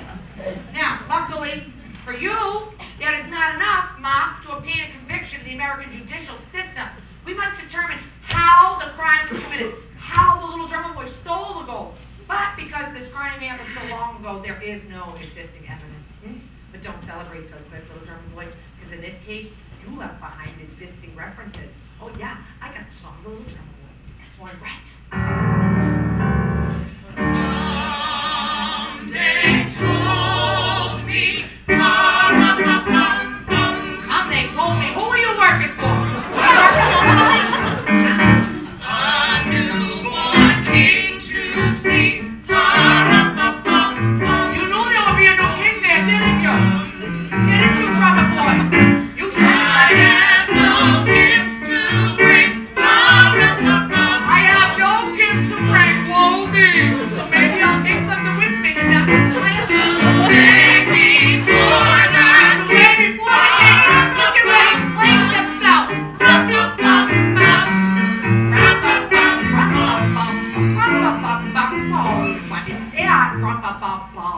What is rumpa-bum-bum?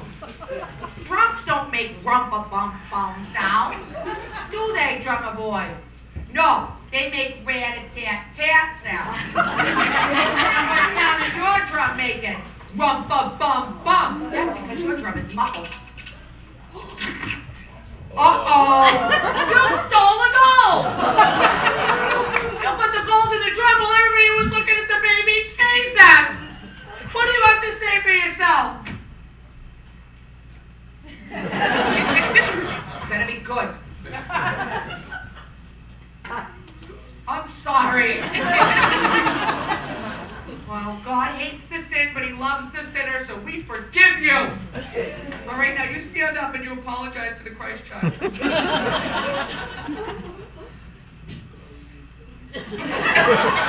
Okay, now what lesson have you learned today, little drummer boy?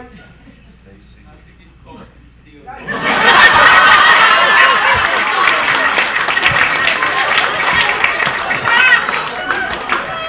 have you really learned today, little drummer boy? Not to sing, not to sin, or to have a girlfriend at 50. Alright, everybody stand up, okay? We have solved the mystery of the Magi's gold today, okay? All the nice people out.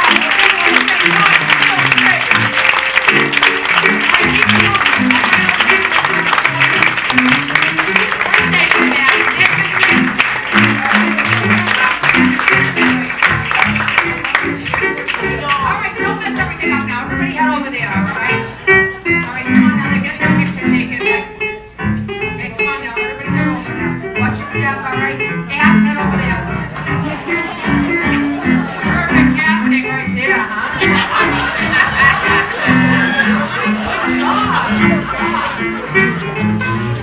Alright, now, we have come to the end of our class. I do have to get going, alright? Because I got the Secret Santa over at the convent today. There's not much suspense, it's just Sister Jean and I now. You know what I got her? A Whitman's tail. Alright, now listen, okay?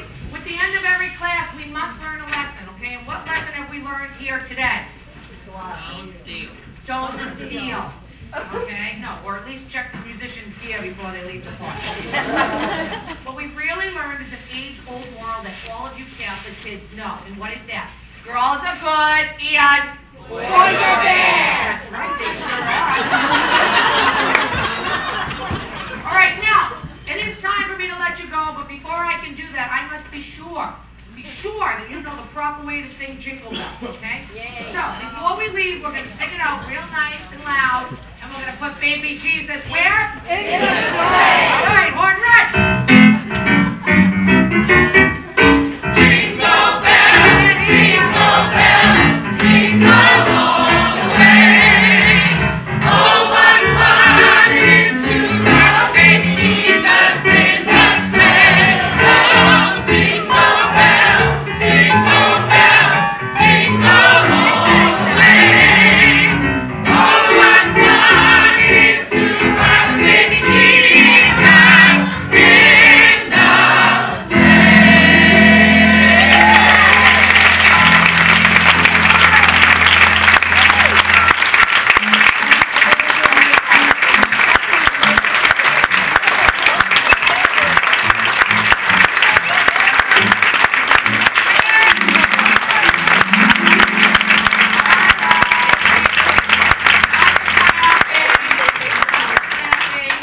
All right, Horn Red and friends, come on up here, okay? Because this is our last show today. You guys, thank you so much. Thank you so much. You have no idea. I need to thank a lot of people, but first I need to thank the audience because you guys play such a huge part in this show, and you guys were so amazing to me today, and I couldn't have asked for a more magnificent last performance. So thank you.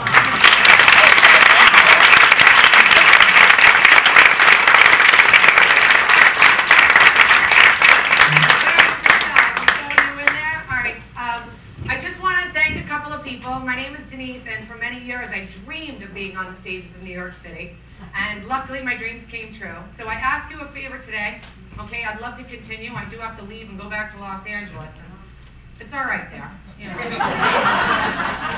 But I'm an East Coast girl, and this is where I feel most comfortable. So I need your help today, okay? If you had a good time here today, I need you to tell all your friends. We have several other versions of this show. A brand new one that we just wrote called Till Death Do Us Part. It's about the sacrament of marriage and death. It's brilliant. You'll love it. It's so funny. Okay, if you haven't seen our other series of plays, they're also just as brilliant as this one. We also can come to you. If you can't come to us, we do fundraisers. So if your church or your cooking school or your Baptist church or Red, you know, you want to have meals there, I'll come fundraise a lot of money for you, and you can find out about that in the program. I do want to thank Horn Rat and this choir. It's wonderful.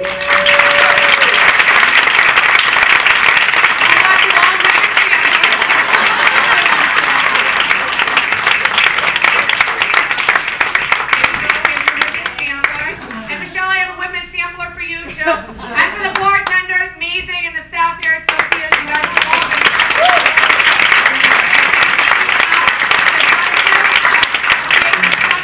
There is one more serious thing now. Okay, and it's not about me. No, it's not. It's about you girls. And you are real sisters? Good. Okay, because I'd hate to make this speech and have you lie to me. Because it's happened before and it made me feel so wrong. It gives me great joy to perform. But Mary Pat Donovan, the woman that created the show many, many years ago, did a lot of research into retired sisters. We all grew up in the Catholic school, so we have a high respect for you women. I performed for you, and I hope that I did you somewhat justice. But it gives me more pleasure because we found out that after many years of performing this, that sisters were never offered Social Security by the church. So there are many older nuns growing into old age with no means to take care of themselves. Mary Pat Donovan, the brilliant woman that created the series, felt that this was so not okay. So we stand after each performance and we raise money for retired sisters.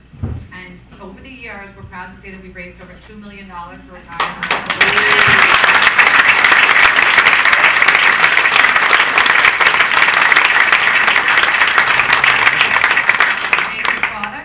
It was with great pleasure and honor we do this for you. So I stand here tonight before you and I ask you on your way out. I will be standing by the door with a bucket.